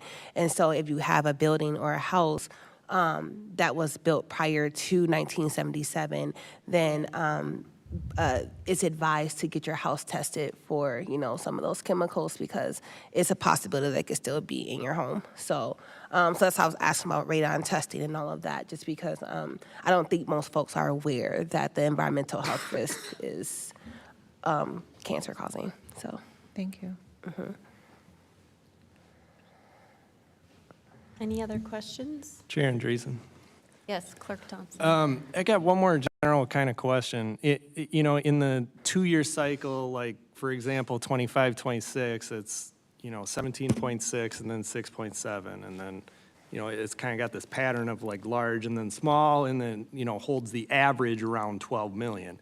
So I'm just curious, like, why wouldn't you try to keep it more even each year? Is there some benefit of doing more in one year and less in the next year or something like that? Well, in 2018, we had a $33 million referendum, so that kind of affected the LTFM at that time. Some things were shifted, a few projects were shifted from LTFM to the referendum, so some decisions were made. A lot of it was due to timing, and what do I mean by timing is we have a very large solar array on our high school. That took many years of planning to get those rooftops all in alignment so that when we put 25-year solar arrays, they're sitting on 25-year rooftops, so we don't have to tear. So some of those decisions led to some fluctuations. And sometimes it's just the way the economy was. COVID was devastating to some of our projects, and the fact we were ready to go with a new parking lot in Golden Valley, but the city stalled it for 1 year. So that it was a $2.5 million project that got shifted. So sometimes it's just the feeling, like I said, of where the district is, and that may be in earlier years. But I know Chairman Chapin-Duca is very how our taxpayers, just what the temperament is at the time of when we're in that next cycle to re-up. John Tope was in that same thought pattern also. Yeah, so maybe you probably kind of maybe add some more context, and Jake and Tim, you guys can provide more. I mean, some of it is just because of the schedule for the projects. So, for example, what you just mentioned, Director Thompson, is mostly related to the high school. There's going to be a bigger project at the high school, so that bigger project is going to require more dollars. And then when we kind of go into the next year, it's more like smaller projects. Thank you. I did have a couple of questions as well, and most of them come down to kind of what is your, I know, and I appreciate that you went through the process of how we assess certain things, but as you're looking at something like you mentioned the rooftops, as you're looking at that, what kind of factors play into how we're going to upgrade that? Like I would imagine something that we would all be invested in our community and certainly on the school board is maybe getting more of our rooftops outfitted with solar arrays. So is that part of that project consideration when we're looking at replacing a rooftop? And then also, how do we, and perhaps this comes from the district, but I'm wondering as part of this process, how do we assess for accessibility in our facilities, but also, I don't know if the purview of this particular process includes like our playgrounds, our grounds as well, and making sure that those are accessible and inclusive of all of our community members. Well, let me first start with the solar arrays. A perfect example is if you look at a newer school, we'll choose any district, Edina, Eden Prairie, their buildings are slightly taller and their rooftops are clear of any HVAC systems. perfect rooftops for solar arrays. Just look right across the street, look here at Eisenhower. You have older buildings that were built at a time when all the HVAC was by the exterior windows. So our new systems sit on top of, you'll see just a puzzle of HVAC systems over at Alice Smith. In a new building, we would have put all that inside with taller walls, but because of the age of the building, we just can't do that with the newer systems. So what that does is a large part of our buildings in our district, due to age, are not conducive to solar because the rooftops aren't available.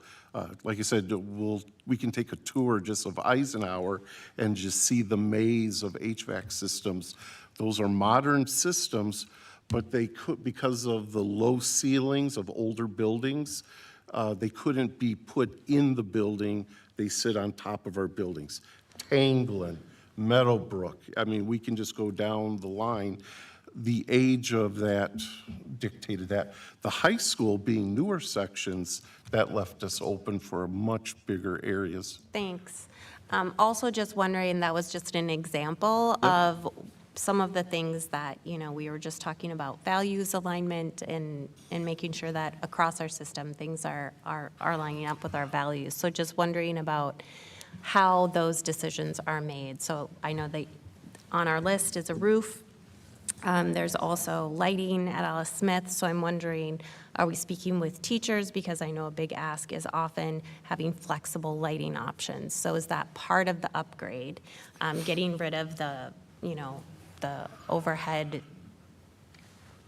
fluorescence, which can cause some people to get dysregulated sensorily. So that's my general question as to what kind of considerations are being brought into these projects.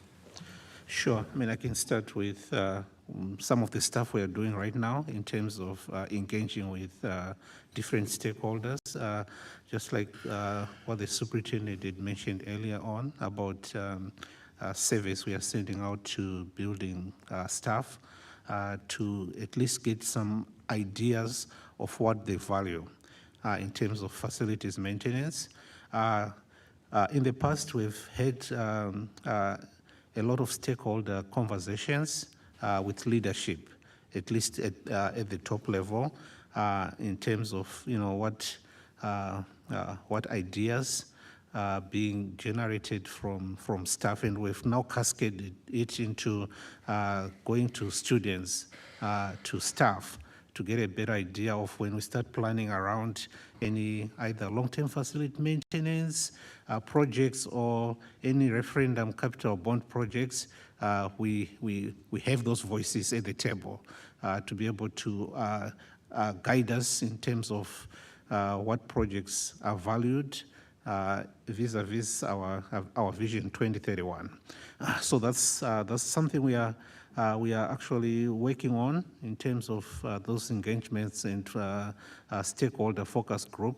In the past, during the pandemic, we did have some focus group where we brought in different stakeholders from community members to building teachers, and would meet once a month to generate ideas on what it is that they were seeing as needs in our buildings. I don't know if you have any other context here. And I would just add to that, specifically your question on the Alice Smith lighting. So typically, once the plan is approved by the board and we go into the design phase, that's when we would consult with the staff at Alice Smith and say we'll be designing a new lighting system and get their preferences and needs considered at that time. So it's put into the design and then can be bid out and implemented.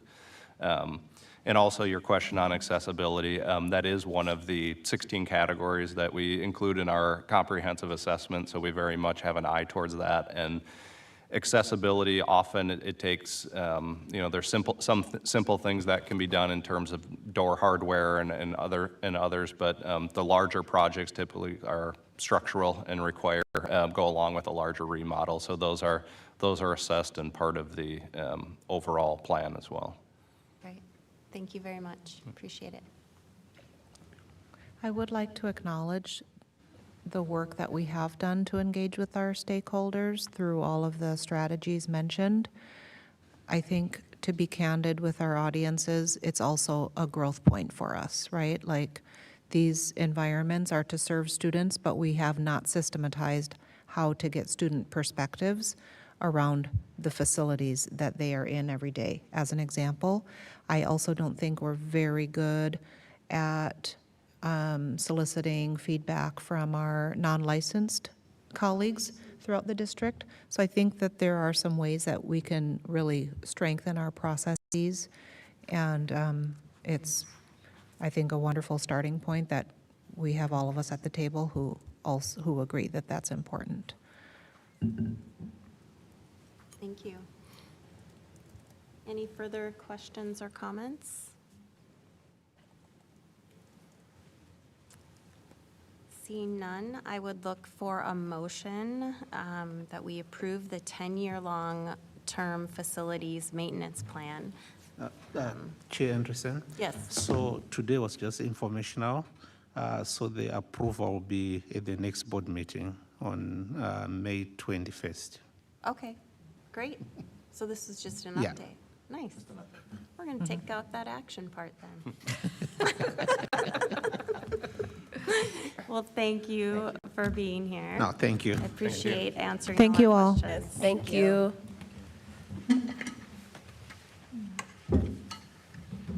And I would like to, that will take us to policies in first read. I will turn it over to Vice Chair Ross as Assistant Superintendent Lightfoot comes to the table. Thank you. Tonight, we're going to be reviewing 6 district policies: 518, 902, 903, 904, 905, 954. 518 is, I know, one that we were able to go over in addition to the rest of them to discuss. And I just want the community to know that these particular policies utilize that particular equity lens rubric that we use to ensure that obviously this is student involved. So there's a lot of these policies that we do ensure that our students, especially our some of our student board reps, have an opportunity to understand this, but then we assure that some of these policies are distributed amongst trusted group to with students so that they see and they can provide feedback. So with that, I will pass it over to Superintendent Lightfoot to discuss these particular 6 policies, and if there's any questions, we could discuss. Good evening. We'll go ahead and we'll start with the first. 518 is a policy that is generated from Model MSBA policy. 518 DNR, DNI orders. We have seen DNR, DNI orders, do not resuscitate orders as they are typically referred to. As such, we did go through and note that we did not have a formal board policy.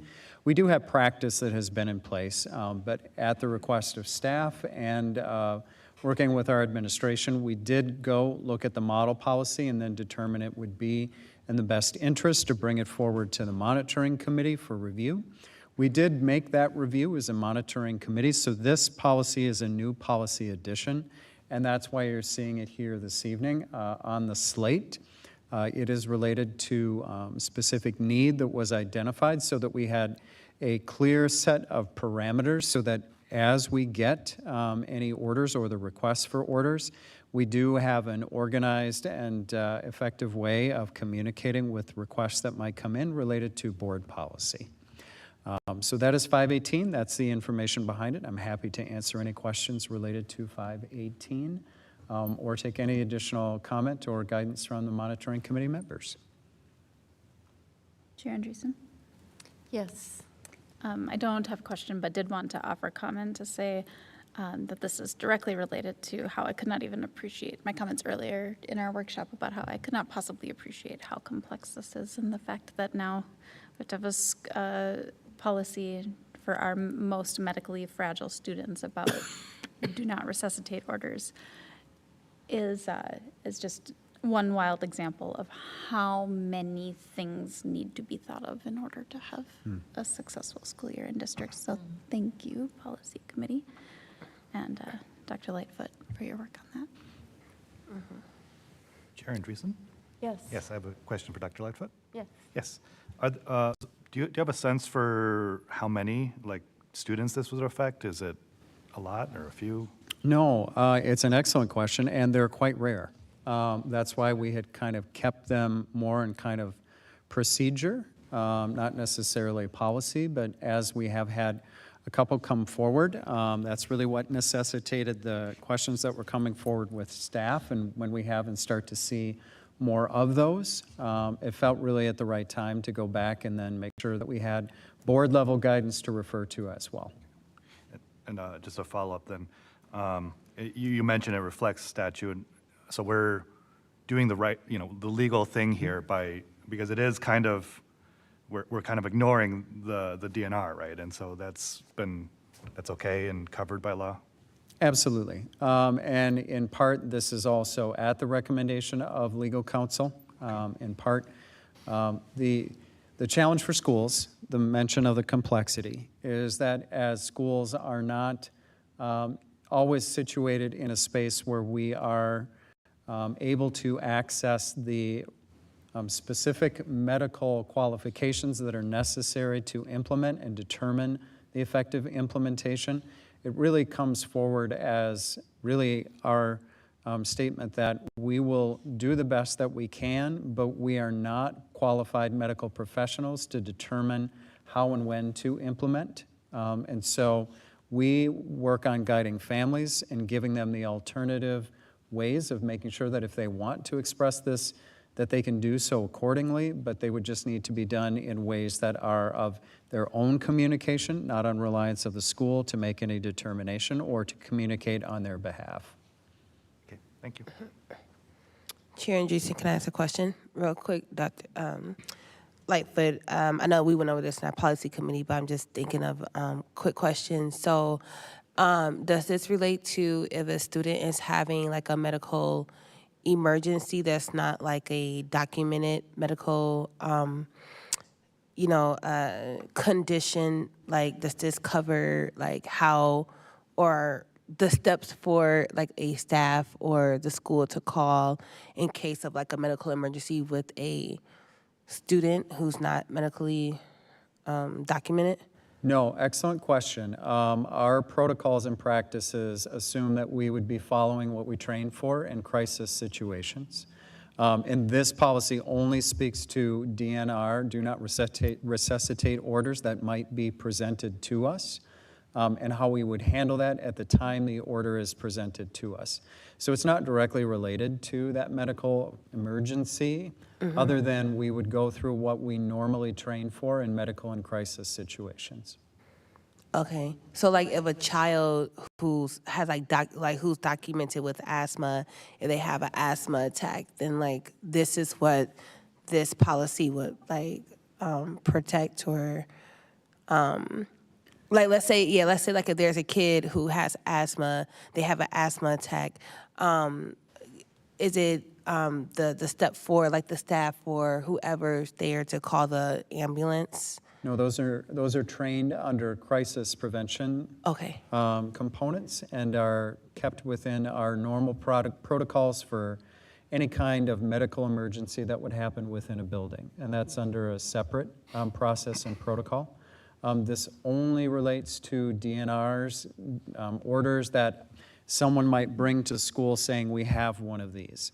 It is not about how to engage in a crisis set of circumstances. That's under a different set of practices and policies. Okay, got it. Thanks for the clarification. Very welcome. So each DNR is attached to a specific student by name ahead of time. And would be under those families' wishes. Correct.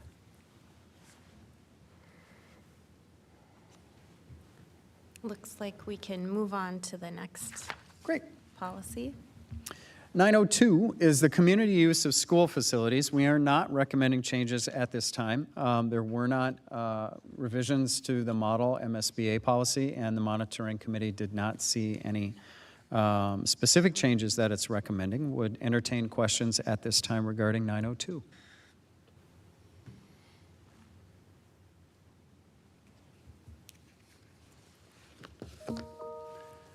All right. Danny?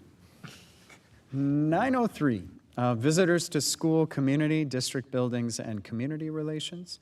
Again, no recommended changes, nothing that has been brought forward with model MSBA policy, and the monitoring committee is recommending no change at this time. If there are questions, happy to entertain those as well. I do not see any. All right. 904 is the distribution of non-curricular materials on school district property by non-school persons. There again, no significant recommendations from the monitoring committee, nor any change from model MSBA. If there are questions at this time, we'll address those as well. Chair Andreessen, Yes, Clerk Thompson. I have a question. Dr. Lightfoot, on page 4, it looks like it would need to be approved at a single school, looks like by yourself, plus the building principal. Is that true? And like, how often does this even come about that people are making requests to distribute materials that are non-educational? Quite often. Really? Yes. Oh, yes. The electronic backpack materials are all kind of an outcropping of this. It used to be that we would have bulletin boards and posting, and things would be in take-home folders, and so we would approve, and then sites would make copies. Now, when we think about those components that are non-curricular, non-school, oftentimes many youth organizations are looking to have space to promote opportunities. If you think about summer experiences, if you think of extended learning experiences, little leagues, I mean, all those kinds of different kinds of experiences come in. And then what we have is when they come in, our administrative assistant in administrative services and I go through a protocol, a checklist. If there are any questions about that, then we review it in detail with the building and then approve those so that sites can get information out to the community.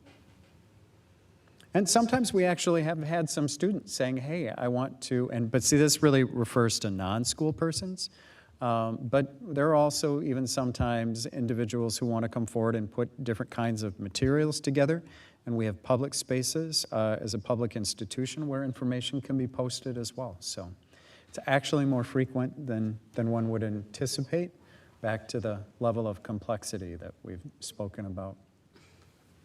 Yeah, great question. Any other questions? I think we can move on to 905. 905, advertising. The guidance contained within this, there were no specific changes nor any recommended changes from model MSBA policy. Again, there are questions, happy to entertain those for the advertising policy. Chair Andreessen? Yes. Treasurer Hartland. Yes, I was wondering, since it specifies that advertising parameters and facilities will be directed by the school board as they deem necessary, has there been an example in this district where the board has heard a proposal for such advertising? And do we, the district, receive any revenue from advertising? Yes and yes. I'm not going to recall the last one that we got, but oftentimes, if you think about athletic facility spaces, those are often usually some of the spaces that often for advertising purposes are because of the level of exposure that they have to within a community, there is a desire sometimes to use that space. We haven't had one, I would say, recently, sometimes even electronic scoreboards. If we think about electronic scoreboards and kind of some of the rotating advertising that can come with that at some events, those have been more of recent. And then I would say those are probably the more recent ones that we would get. And then any contract that would be for that, of course, would be on the agenda for you and for your approval as per policy if it were raising any kind of advertising, late night speech. Advertising revenue would come in for, of course, that budget consideration as well. Okay, thank you. Any other questions? You know, the other thing I would think of, and it's some of those things that just escape you, but when you think about programs, when you think about yearbook, when you think about newspaper, some other components that sometimes we just forget that there are even community engagement and activities that are kind of promoted through some of those community events as well for sponsorship. I also was thinking about the book fair too.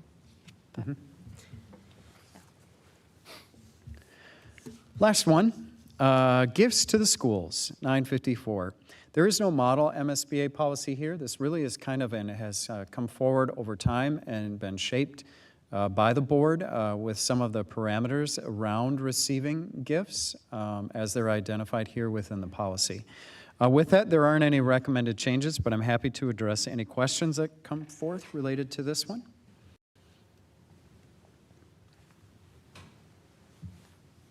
Doesn't look like there are any. And seeing none, that should complete the slate that we have for the board this evening. I would look for a motion to approve policies in first read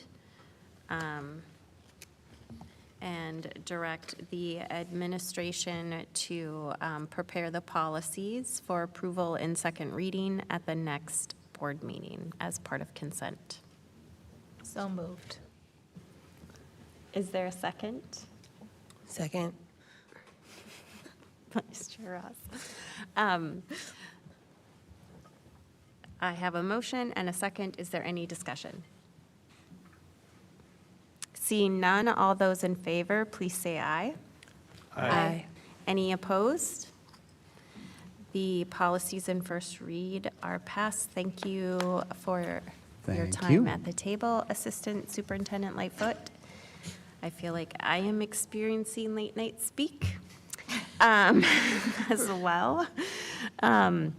That takes us to our board member reports. I would like to continue our practice of introducing ourselves. If we have something to share with the community and or each other, please feel free to do so. And if you are comfortable with it, we could just start with you, Clerk Thompson, and go around the table. Sure, thanks, Chair Andreessen. My name is Kai Thompson. I am the clerk. I started my term in January. I have 3 kids in the district, ranging from 3rd grade to 8th grade, and I have no board report this evening. My name is Brooke Roper. I'm serving my first term on the board, and I have 2 wonderful, amazing children in the district, 5 and 7 at Gatewood. I just have a few quick updates. One, Dr. Mary Perry Reed and I, and along with Shannon, had the opportunity to meet with the Clean Transportation Coalition last week in regards to the adoption of electric school buses in the district. So hopefully we can, our next few meetings or our think tank sessions, we'll talk about the plan forward for electric school buses. And so I'll make sure to keep you all updated on that, and to also, I know that we can't have everyone in the meeting just because of the board quorum, but if there's anyone else who would like to attend those meetings, please let me know. Speaking of electric school buses, had a great event yesterday in regards to electric school buses and health equity and environmental justice within the Twin Cities with our Attorney General, Keith Ellison, our wonderful Hopkins Mayor, Patrick Hanlon, T. McClinty from the Executive Director of MN 350 and a clean energy organization in Minneapolis. We had Zamzam Muse, who's also another clean energy leader, and Dr. Joanne Hill, who is a practicing nurse or doctor who have been working on urban health, and also just in my co-host Nazir Khan, who is the co-founder of Minnesota environmental justice table. And it was a really great conversation. We talked about a host of different environmental issues, including lead in children, and then some of the lawsuits that are happening in Minnesota to combat environmental injustice in our neighborhoods. And so I'm looking forward to hosting more conversations and events, and we'll continue to let you all know. And I believe that's it for my board report for tonight. Thank you. Good evening. I'm Treasurer Rachel Hartland, and I'm on my 3rd year on the Hopkins School Board. I have 3 children who are in their 8th, 6th, and 4th grades here in the district. We'll be very brief. I mentioned a little bit of the Legislative Action Coalition's work. That's a committee that I'm on as part of the board, and so we've been monitoring legislative changes that have been coming along and partnering with the district to ensure we get whatever maximum benefit we can, and also to understand the impact of those bills or potential bills on our district and our students and our staff and families. I had a meeting with our student board representatives. A couple of them are seniors and are approaching the end of their tenure with us. So we did some planning for kind of passing the reins on to the juniors who will lead that group next year. I attended the North Middle School Jazz and Drumline concert yesterday, and Ms. Kelly Heckman from North Middle School did a fantastic job putting together those shows, and she is a wonderful teacher with such a passion for music and has such a gift for making a tough audience of 6th through 8th graders laugh.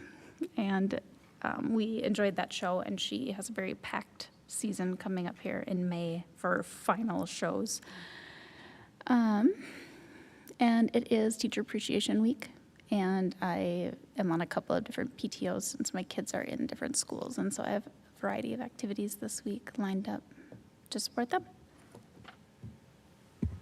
Good evening. I'm Superintendent Mary Perry Reed. I have already provided my board report, and I do have a child at West and a bigger child at the high school.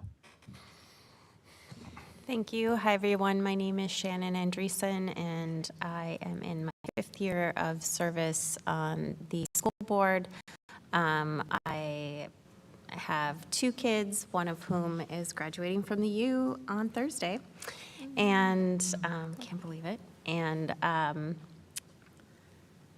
yeah, anyway, well prepared by Hopkins to graduate early. And I have a sophomore at the high school as well. And I work in the LTL program at Gatewood. And I am excited to share with all of you about the Student-Centered Learning Conference that I attended today at the Guthrie Theater. It was an amazing venue. It is hosted by Education Evolving and the Bush Foundation, and this year the focus was Seeing Learners, Building Leaders. And they have many full group sessions, but they also have breakout sessions. I chose to attend students' engagement in educational decision-making. And the second one was promoting resolution and healing, exploring the power of dialogue and restorative justice. Both were co-created and co-led by students and were very powerful. Some of the highlights that I brought away from that conference, as Dr. Mary Perry Reed mentioned earlier, was the Lakota elder sharing that we need to create good humans. That is our first job and first priority. And one of the students sharing that one of the most important things for him and to create a conducive educational environment is to get rid of titles for students, including the title 6th grader, that those titles limit students. And one was that storytelling is a powerful vehicle because it's where students find their voice, and the next is choice and agency. And Another speaker shared that the dominant narrative right now equals a lens that sees students as what they can't do. And his advice to students was, don't wait for the systems to change. Be yourself now, and you will succeed. And the other takeaway I had was that we need to intentionally use youth and adult partnerships to come to decisions. The other thing is that the high school schedules are out for parental review, which is always an interesting time in households, I think, to see what your high schooler signed up for. And then conferences at the high school, parent-teacher conferences are on Thursday. My name is Jason Ross. I am in the first half of my third year. I have 3 children who are in the system, and they attend Tanglin Elementary, 2 rising 6th graders, so that will be exciting for them on Friday to go to North, check it out, and then see a lot of their friends that they have at Meadowbrook and Tanglin as well. I do not have a board report. Hi, I'm Jiming Zhao. I am new on the school board. I have 2 children in the district, both at the Xingxing Academy. They're in 3rd grade and kindergarten, and I also do not have a report. I am Jen Westmoreland, she, her. I am in my 7th year on the Hopkins School Board.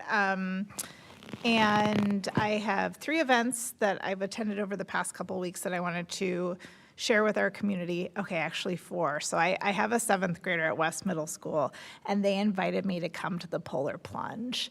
And that is just like a huge thing when your middle schooler like requests your presence at an event where their friends are also present. So, so I really enjoyed that, and thank you to the staff that worked so hard to put that on. It's a great tradition. And then I attended the Resource West annual fundraiser with so many members of our Hopkins Schools community the other night. It was really wonderful to see how many people showed up to support this organization that has really consistently shown up for our Hopkins Schools families for decades now. So that was wonderful. I also attended a fundraiser for the Legal Rights Center. So the Legal Rights Center is focused on racial justice, economic justice. They specialize in criminal defense, restorative practices, advocacy, and community education. They work with school districts and communities across the metro on restorative practices. And one of our Hopkins students, Hopkins High School students, Dallas Downey, has taken on a really important role within that organization, a very public role as a youth organizer and advocate. And he was a huge part of the fundraiser the other night. In fact, the entire theme of the fundraiser was inspired by work that he's done. So it was wonderful to see him and his family, and just felt a lot of Hopkins pride that evening. Last night, Chair Andreessen, former school board member Steve Adams, so many amazing community members turned out to the Minnetonka City Council meeting to support the affordable housing development that was approved last night that will be going up on the Mills Church site. So just want to thank the people who came forward, and especially the people who either spoke about our Hopkins Schools community and the need for safe and stable housing for students and families, and teachers and staff, or the people who had really good questions for us about it. So this whole advocacy process was a wonderful way to build community and share more of our Hopkins School stories with folks. So that's my board report. Thank you. That concludes the board update portion of our meeting, and I just want to call everyone's attention to an incidental report. It is our Title I update, and please, community members as well, look into that. It contains important information about critical funding for our students. So that now, at long last, brings us to our second public comment section. We do have 2 voicemails, but I would like to invite the patient members in the room who have waited through this entire very long meeting to speak to us, to come to the table before we hear the voicemails. So I would like to invite Rita Wilson, Ashley Andrew, Donna Bayer, who are here to speak on the topic of the Media Center staffing resolution, and they are coming together collectively, but will each have 3 minutes to address the board. I will briefly read what oh boy, okay, late night speak. I'm just going to read the stuff. So our board appreciates your input. If you wish to speak to the school board, please observe the following guidelines. You have completed the information, but you may speak for 3 minutes each. There will be a timer here that you can see as it's counting down. We do ask you to stop when it gets to the end. And I will remind you if needed. And members of the school board will not respond directly to public comment that are made at this meeting. A district representative may follow up with you after the meeting. If you do have written comments, we would appreciate having a copy. It helps us to increase our understanding of your concern. And personal attacks by anyone addressing the school board will not be tolerated. Persistence in such remarks by an individual or otherwise disruptive behavior shall terminate that person's privilege to address the school board. So with all that, I welcome you to the table, and I'll let you decide who goes first and what order you want to be We in. were just going to introduce ourselves quick. So I'm Ashley Andrew. Rita Wilson. And Donna Bayer. You were close. We are representing the 12 media paras that are in the district, and this statement is prepared by all of us. For your information, combined, we have provided a century over working for the Hopkins schools. Many hours have been volunteered and as parents and guardians, grandparents, and this shows our dedication to the schools. Media Center is the heart of every school, and our media specialists are the heartbeat. We paraprofessionals are the eyes and ears and the arms and the legs. We do the daily tasks of checkout, returns, shelving, processing new books, and recommending books to our many readers, including staff. Because of the unique collaborative relationship we have with our media specialists, we are also able to spend time getting to know students. We know the child who needs a quiet space because they're a pawn in their parents' divorce. We know the youngster who needs to check in on the hamster to make sure it's okay because he knows he will be okay for the rest of the morning. We know the kids who feel marginalized for any number of reasons, and we know which books to recommend, what to talk about, who needs a hug, who needs space, who needs to know that they are the reason we love to come to work every day. That is true. We are successful in this only because we are a great team with our media specialists, and as a team, we dedicate at least 15 total hours a day to this mission. We believe that the current development of the digital literacy specialist is not an improvement over our library media specialists. It's not delivering what's promised. Despite a lofty 9-page job description promising that 4 to 6 people who replace the current 11 will be able to maintain the welcoming culture of our spaces, our media centers will lose a great deal. In fact, they may lose what made them special. After interviews and job offers, there are currently 4 individuals who will replace the 11 LMS positions. In the preliminary job description and time allotment, some schools will receive as little as 1/3 of a full-time position. Of this, just 25% is allocated for curating a collection and working with students to find the very best. That's 36 minutes a day for all students at the building. And we know it was never just about books. It was about the kids, helping them find belonging and representation in our collection, but also in our hearts. We know that the most expert, the longest serving, those certified in IB schools have not been invited back. Many of them were the specific individuals mentioned with accolades during the comments in the recent school board meeting. We do wonder if eliminating the longest-serving, highest-paid people was a strategic decision. We know that the first task of these 4 new DLS persons will be to create their job based on the 9-page job description. Their second task is to find our jobs, paraprofessional jobs as they exist next year at a higher job classification without the full-time leadership of our media centers. We don't know how our $7 daily job will cover the additional 8 hours provided by them. We don't know if the media center doors will be open during the school day, because how do we help walk-ins and supervise a scheduled class? You need to start there. Right here. Nope, the next one, that one, sorry. We don't know if the media center doors will always be open during the school day, because how do we help walk-ins and supervise a scheduled class? We don't know how the most marginalized, the most in need of a listening ear, a good book, or a fun video project will find someone with the time to sit with them. We don't know how a centralized system of curating a collection, developing class projects, tailoring digital citizenship and research projects will be able to fit the unique needs of each school. During the last school board meeting, there were over 60 minutes of comments from community members, library board members, staff, families, and students.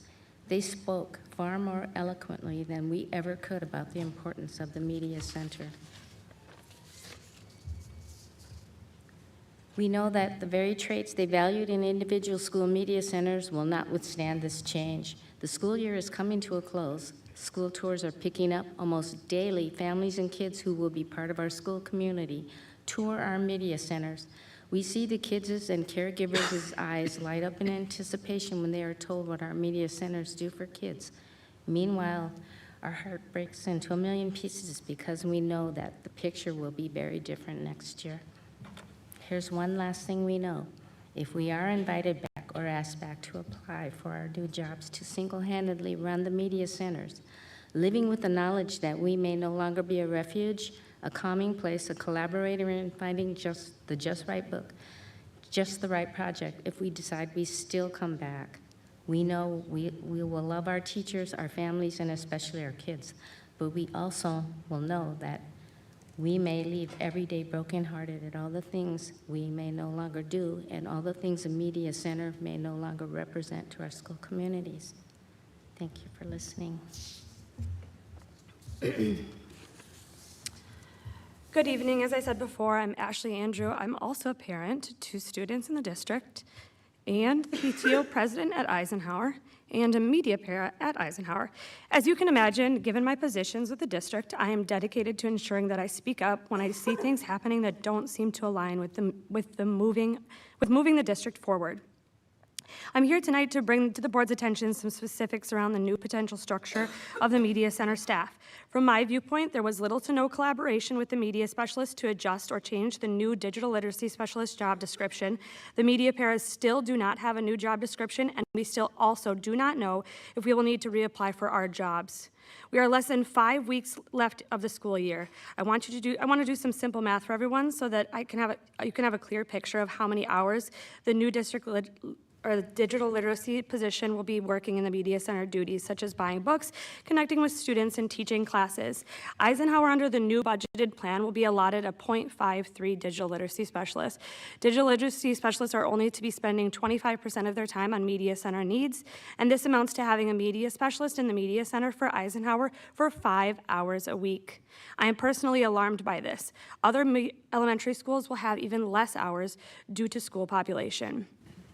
I'm all for growth and change when needed. With that being said, the change needs to come with a well-executed plan that allows for schools to serve their students well. This media specialist cut and change to the district digital literacy specialist has been anything but well executed.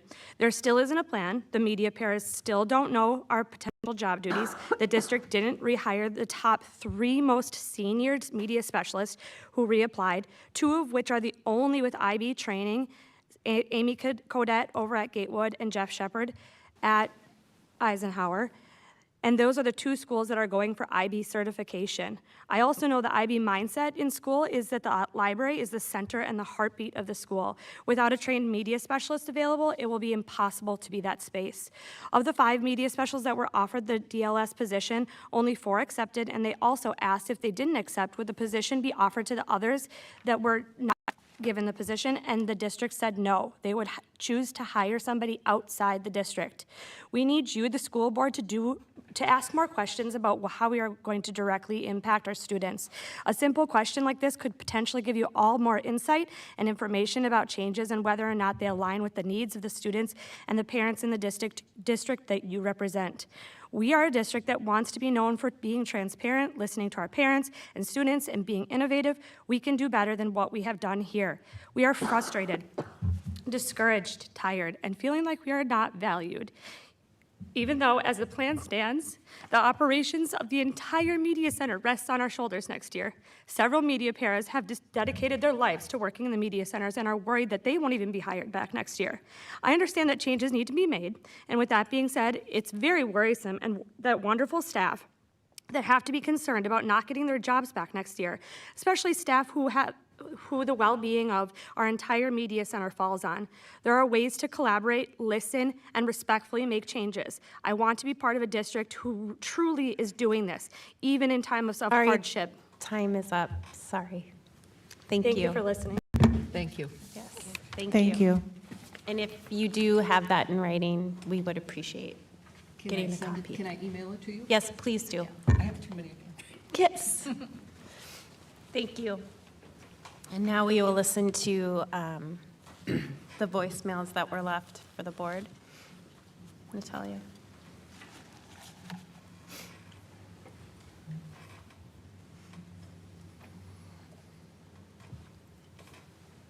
Hi, my name is Deborah Goldenberg. I just wanted to make a few comments, 3 comments actually, from relating to the board meeting that we had last week and then a couple weeks ago. First one, they gave recognition to Danielle Vanderlinde for being the 3rd person to plan the dance, but it was actually Danny Hutner. Danny Hutner is the one who planned it, so it'd be nice if that person could get recognized at the meeting.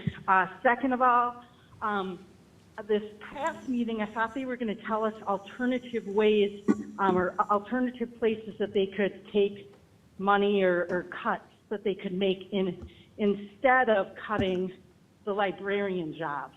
I still think, I know you guys said 6 to 8, but in my brain I'm going to just say 6. But I still think it's a real shame if our district would only have 6 librarians in the whole district.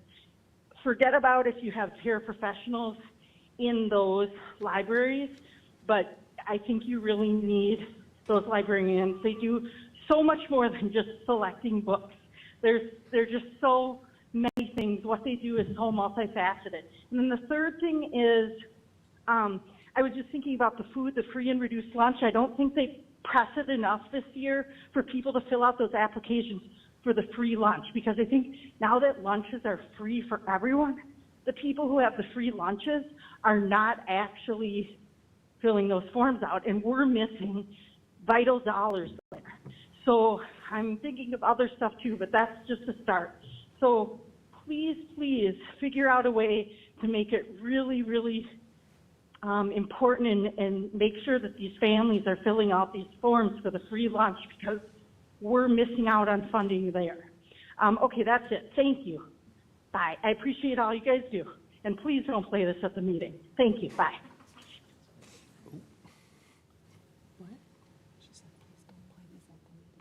Oh. Whoops.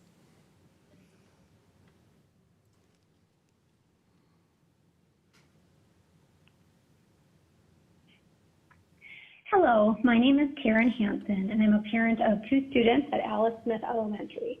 And I'm calling to voice concerns regarding cuts to our media center specialists and restructure of media centers. When I first heard of these changes, I was concerned and disappointed. I voiced these concerns in written form to the school board and to Dr. Mary Perry Reed, and attended the school board meeting in which this important topic was discussed. At that meeting, we heard from many media center specialists and paras, homeroom educators, other school staff, parents, and brave students across the board from elementary to high school. The message was resounding. We, the people of this district, are against such drastic cuts to our media centers. The people are what make the place, and without them, these spaces lose so much of their power and magic. I hope and expect that our leadership will reconsider and find other ways in which to cope with budget issues. I know the needs with budgets are real and challenging, and I do trust that they are being considered with utmost care and thoughtfulness. And at the same time, I say again, please do not save money at the expense of our media centers and media center specialist roles. As Dr. Mary Perry Reed said herself in the recent podcast with our Teacher of the Year candidates, literacy is the key to all learning. I urge you in leadership to act with this truth in mind. Please protect and care for this most fundamentally significant feature of education. If all spaces and roles of a school act as parts of a working body, the media centers and media center specialists are certainly vital organs. Thank you very much for your time and listening.